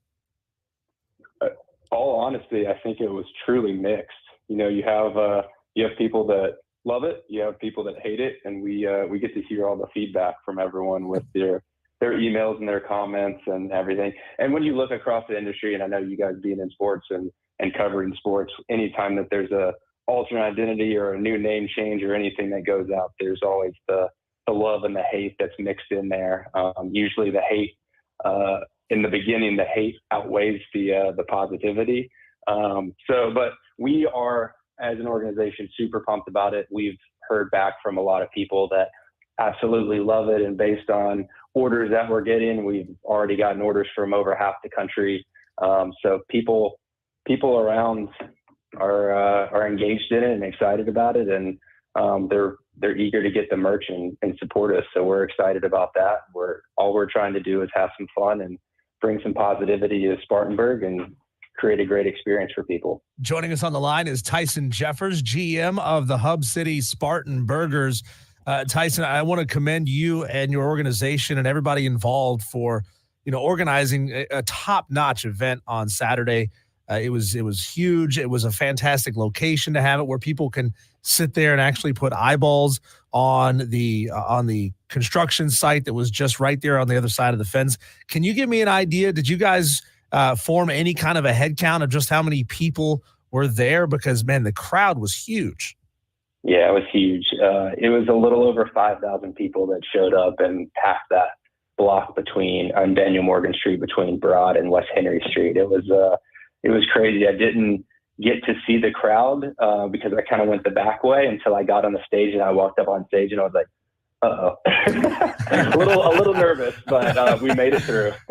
Tyson, I want to know from you as the GM, and I think there's a lot of fans wanting to know this question as well. You said just a moment ago that every time someone unveils a new name, there's going to be positive, there's going to be negative. when you guys came up with the name Spartanburgers, did you talk about that you thought maybe there may be more negativity at the beginning, or did you think that it might be a little bit both ways? We knew that there'd be some pushback and some negativity. But I think for us, when we looked at it, there's two layers to the name. There's the Hub City part. And the Hub City part, we wanted to make sure that we, even in the nickname form, we represented the history of Spartanburg. And the reason it's called Hub City is the rail industry and it coming in for the grain and the textile industries to service those. And there was travel included in that. So Spartanburg was the hub, and we also feel that, that's the past, and we feel that right now, the present and in the future, Spartanburg is one of the largest growing communities in the entire country. It's seeing people move here every single day, and we feel that Fifth Third Park is going to be the hub of Hub City, and so we felt that was a really fitting part to the name. And then the Spartanburgers part, yes, on the surface, the minor league-esque, you add a couple letters to the end of Spartanburg, and you can visualize the hamburger, and we represented that in our logo. But to us, it means so much more than that, because it's a representative of what a person from Spartanburg calls themselves, similar to like someone from New York would say, I'm a New Yorker, someone from Spartanburg saying that they're a Spartanburger. And people should be proud to say that they're from Spartanburg and they're a Spartanburger, and we wanted to represent that. And I think we might be one of the only countries or teams in sport that across the country that has both their nickname and the name of their city within their team name. So we're really proud of that, and we're proud of what the brand can do of creating a conversation not only in Spartanburg and in the upstate, but nationally, with people asking, why Hub City? What does Hub City mean? Why the Spartanburgers? And when they start to look into the details of that, they see the full story, and it puts Spartanburg on the map. Well, Tyson, I can say personally, and I think from a lot of a majority of the fans' perspectives, I think you hit it on the head perfectly with Hub City. I think that's almost universally loved, and I think a lot of people understand, obviously, the history that brought that there, and I think a lot of people are excited about the Hub City part of it. I just want to know, Tyson, how many home runs is the team going to have to hit in a game for me to get a free burger? Like, have you thought about that to this point? Are we going 2 homers, 3 homers? 4, that's a lot to give away cheeseburgers, man. Like, what are we expecting?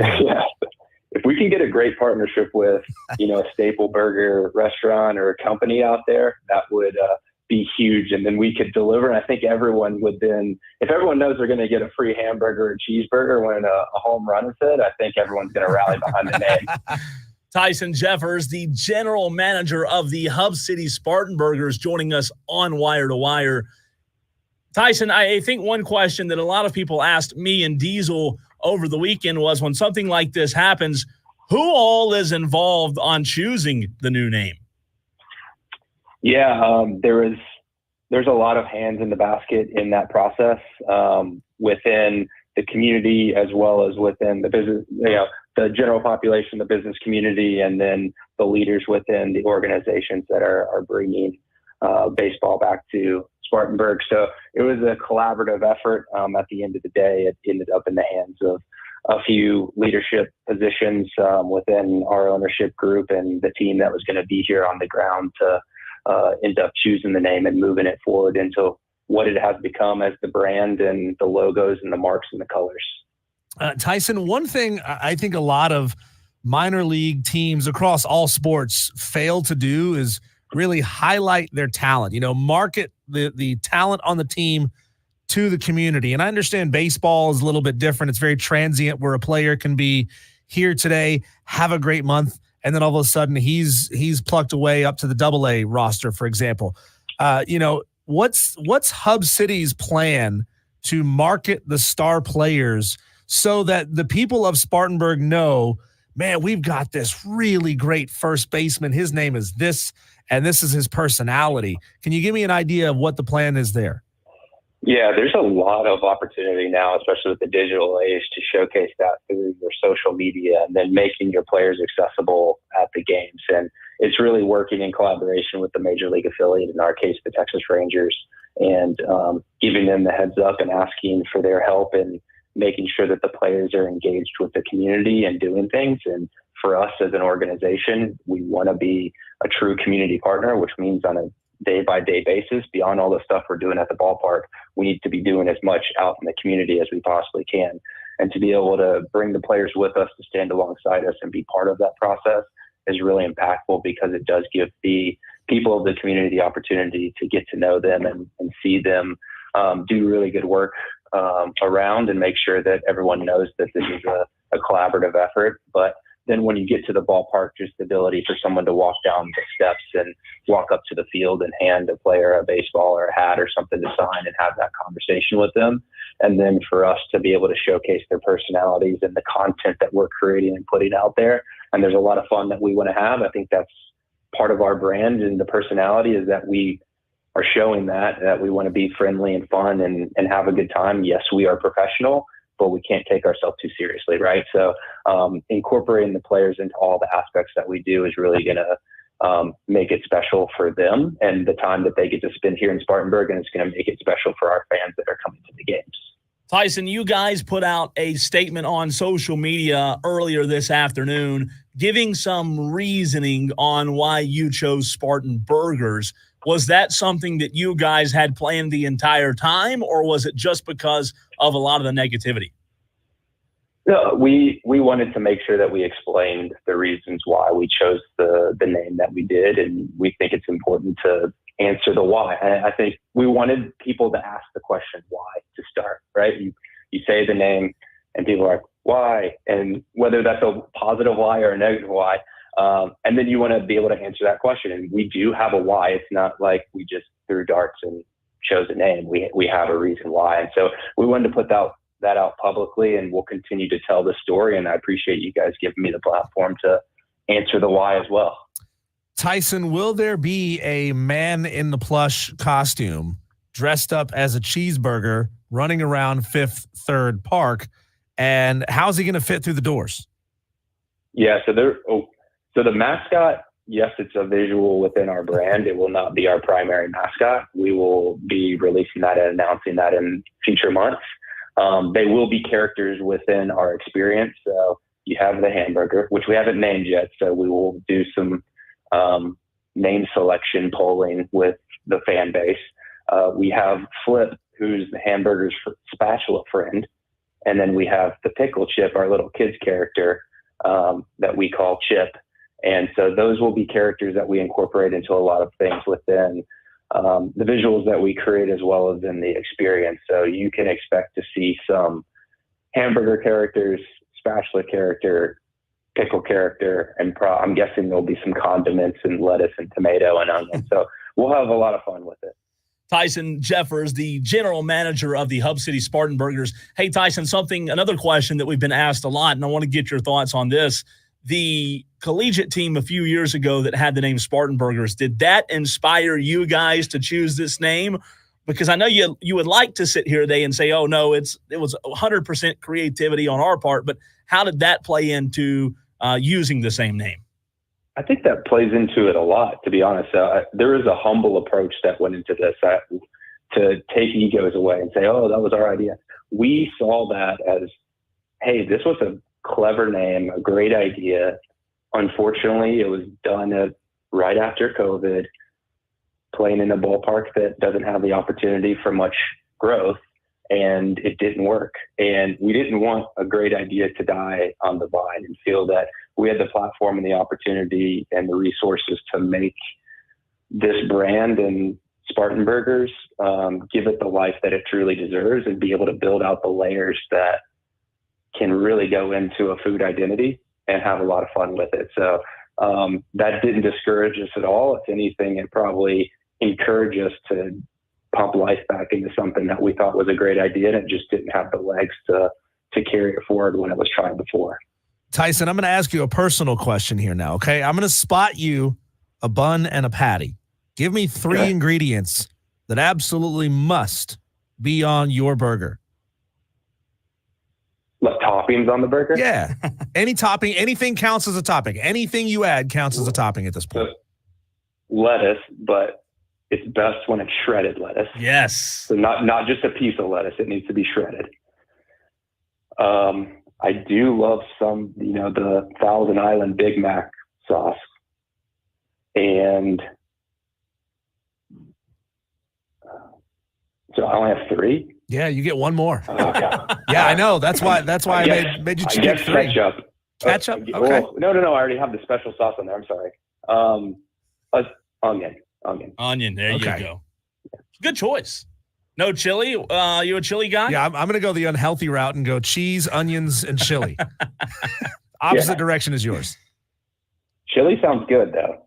Yes, absolutely. That's the thing that I think I'm really excited about, and I think this is where people will start to rally and start to understand is we are going to go on search to figure out what is going to be the best burger, because I've said it from the beginning. If we choose this name, we better have the best dang burgers in baseball. All right. Hey, let me know. Now the plot thickens. All right. I'm on board with the name, Tyson. Tyson, it's very easy. Whenever you have it's a very very easy experiment. Whenever you're free, whatever weekend, there's 3 in Spartanburg. And again, I'm not bashing other burger joints, but there's only 3. And in reality, in my opinion, of those 3, there's only 1. So I'm not going to give them on air because I don't want to give them free publicity. But I'll text you. How about that? I'll text you the names. You should. But you have the debate of smash, thick. And I lived in Minnesota, and that's where the Juicy Lucy was created. So anyone that doesn't know about the Juicy Lucy, that's where the cheese is actually, the meat is formed around the cheese and then it's cooked. So when you bite into it, the cheese oozes out. There's so many variations of burgers, and we just got to figure out what's going to be the best. What is going to be the true Spartan burger in Fifth Third Park? Tyson, what is your? I'm looking at the jersey combos right here on MLB.com, and I got to tell you, man, I love the green. I love the white with the arrow logo, the signage wrapping around the word Spartan and burgers, and then there's the blue one with the burger logo sort of over the heart. Which of those 3 is your favorite? My favorite, I love the whites. Just me personally, like people's white, any team's white jersey, their home jersey is usually the one I go to. I just love the pops of colors with what we're calling the ketchup and mustard trim around the sleeves and the collar. And then the diner looking sign with Spartan Burgers across the chest is really good looking. On all the other merch. And so this is where I think what we did, and we did this intentionally, is you have kind of the Spartan Burger stuff. So the people that like to have some fun with their clothes that they wear, and they're okay with having a burger and those types of things on a hat or a t-shirt. But then you have the Hub City line, and the Hub City stuff is a little bit more traditional with the Hub City word mark and the HC state logo that we have. I love the Hub City stuff. So the Hub City word mark across the chest on that green jersey looks good. And I did put that green jersey on with some khakis. It looks nice. I like it. We'll have to get some Fan Upstate merch in our studio to represent, man. That's the question. Can we get something set down here so we can put it on the wall right behind it? We're representing the Liberty. We're representing the Triumph. We need some Hub City gear in here. Without a doubt. 1,000%. You guys are going to have to tell me which jersey you guys like the best, and we can put a name on the back. We got to get our heat press set up in our team store, but once we do that, we can customize the jersey for you guys. That's one question, Tyson, before we let you go. People are asking where they can get merchandise, not only now, but in the future. HubCitySpartanburgers.com. That is live. That's our main website that has everything. So if you're interested in tickets, you should go there. If you're interested in merchandise, you can click on the team store link on the website, and that will send you to our team's online team store, and you can place an order. If you're from the area, you can, and you want it shipped, we can ship it to your house. If you want to pick it up, you can click pick up and swing by, and we'll have the order ready for you. But yeah, you can HubCitySpartanburgers.com. You can go there. It's the one-stop shop. Tyson, can you tell me what piece of merchandise that you had available on Saturday sold the most? I mean, if anybody, for those who weren't there, there was a large merchandise tent with a line as of 7:15, right before you announced the name, that was wrapped around that tent and down the hill, down towards your stage. Can you tell us what sold the most? What are we going to see on the streets the most? What you'll see on the streets, there's our primary logo, which is the diner Hub City Spartanburgers with the hamburger sitting on top. bat across the chest, kind of the entire front of the t-shirt. Those crushed. There's the primary logo hat, what I call the frat hat. It's a 47 brand with it's navy with the rope kind of right above the bill, and it has the HC State logo, the Hub City logo on it. That did really well also. We're still getting new merchandise, and we'll keep posting about that. So if people want to follow us, they can go to @Hub City Spartanburgers and follow us, and we're going to be posting updates on new merch that we get pretty much, on a daily basis, because there's still orders coming in. Tyson, fantastic stuff as always. Again, congratulations on the event Saturday night. We enjoyed it, and I believe everyone there had a great time as well. Congratulations on the new name, and we look forward to our partnership together in the future. Thank you, guys. I appreciate y'all. Absolutely. That's Tyson Jeffers, the general manager of the Hub City Spartanburgers. Diesel? Yeah.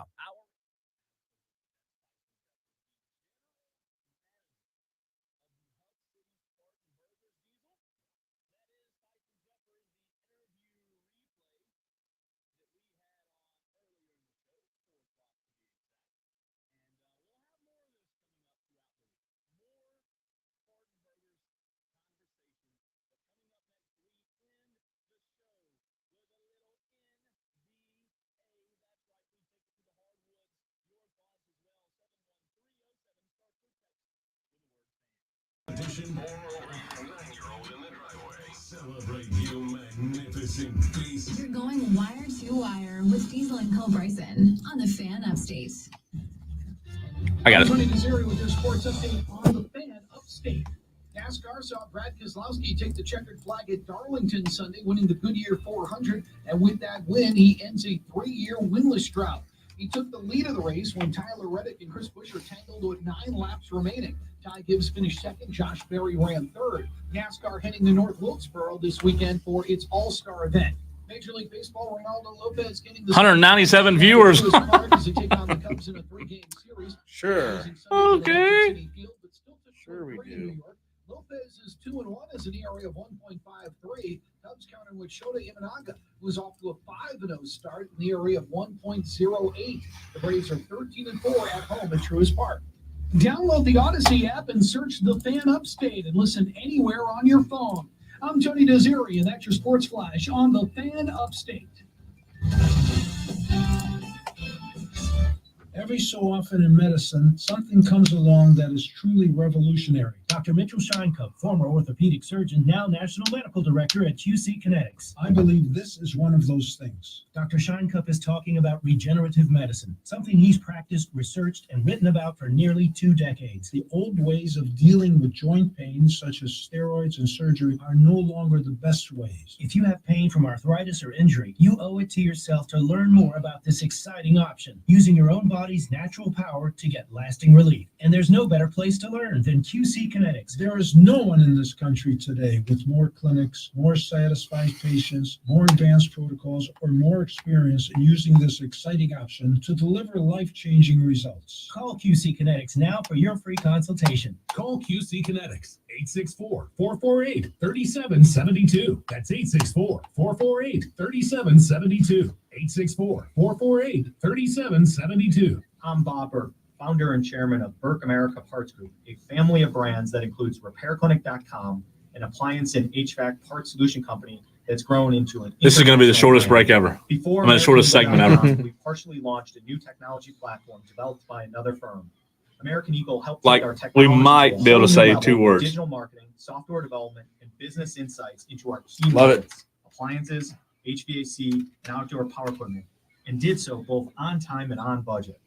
AmericanEagle.com has the resources, experience, and talent needed to produce solutions. What you want to do Our on new technology platform developed promo by for number AmericanEagle.com 2? has produced tremendous results at higher traffic, I'll do 3 and online revenue. If you have so any Shane home Beamer repairs you event need to tomorrow. take care of, check Yeah. us out at RepairClinic.com. If you need a world-class website or technology project, then I would highly recommend AmericanEagle.com. Call AmericanEagle.com. I'll do like a progress report on Xavier Leggett and Spencer Rattler. Were those the only 2 Gamecocks that were drafted? Let me think. Ooh, that's fresh. Febreze air mist scents are all hot. No, They fight I think there was one more. I think the kid from Woodruff was drafted, wasn't he? I think the kid from Woodruff was drafted.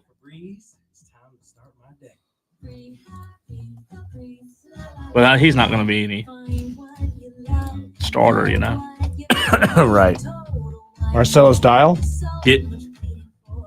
Yeah. Yeah, I'll just do a Xavier Leggett, but that's the only one anyone cares about.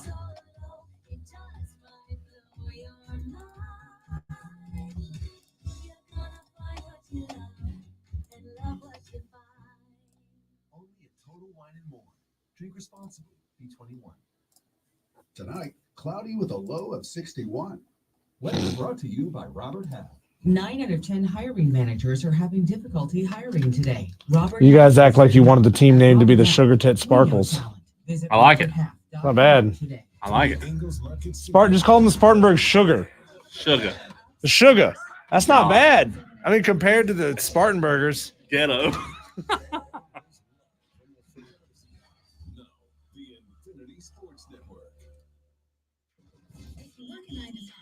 Think you know better than career.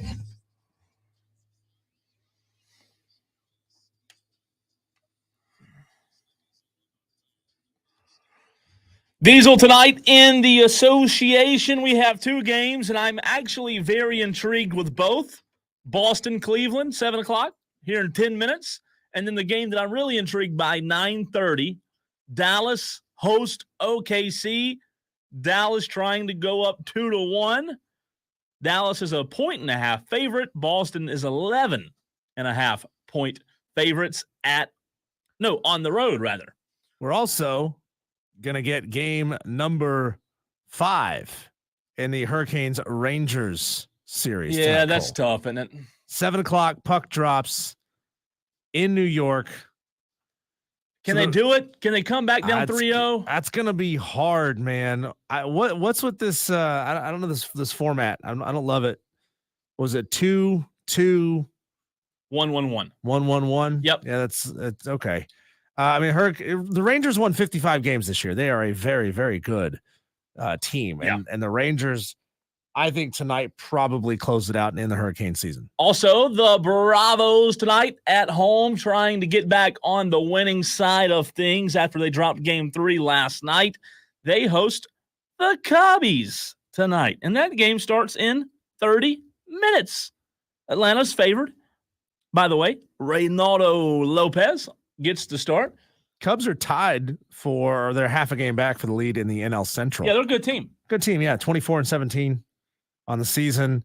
Brewers are 24-16. A Monday, Tuesday, Wednesday series for the Braves. Thursday off, and then they'll do it again on Friday, Saturday, and Sunday. A lot of fun today, Diesel, talking about the Spartanburgers. Tomorrow, you and I will be in Spartanburg. Ooh. Little Gamecock Club Shane Beamer event will be live at the Lodge at Lake Bowen Commons. See you tomorrow, Tolos. Can I bring my fishing pole? Sure. Why not?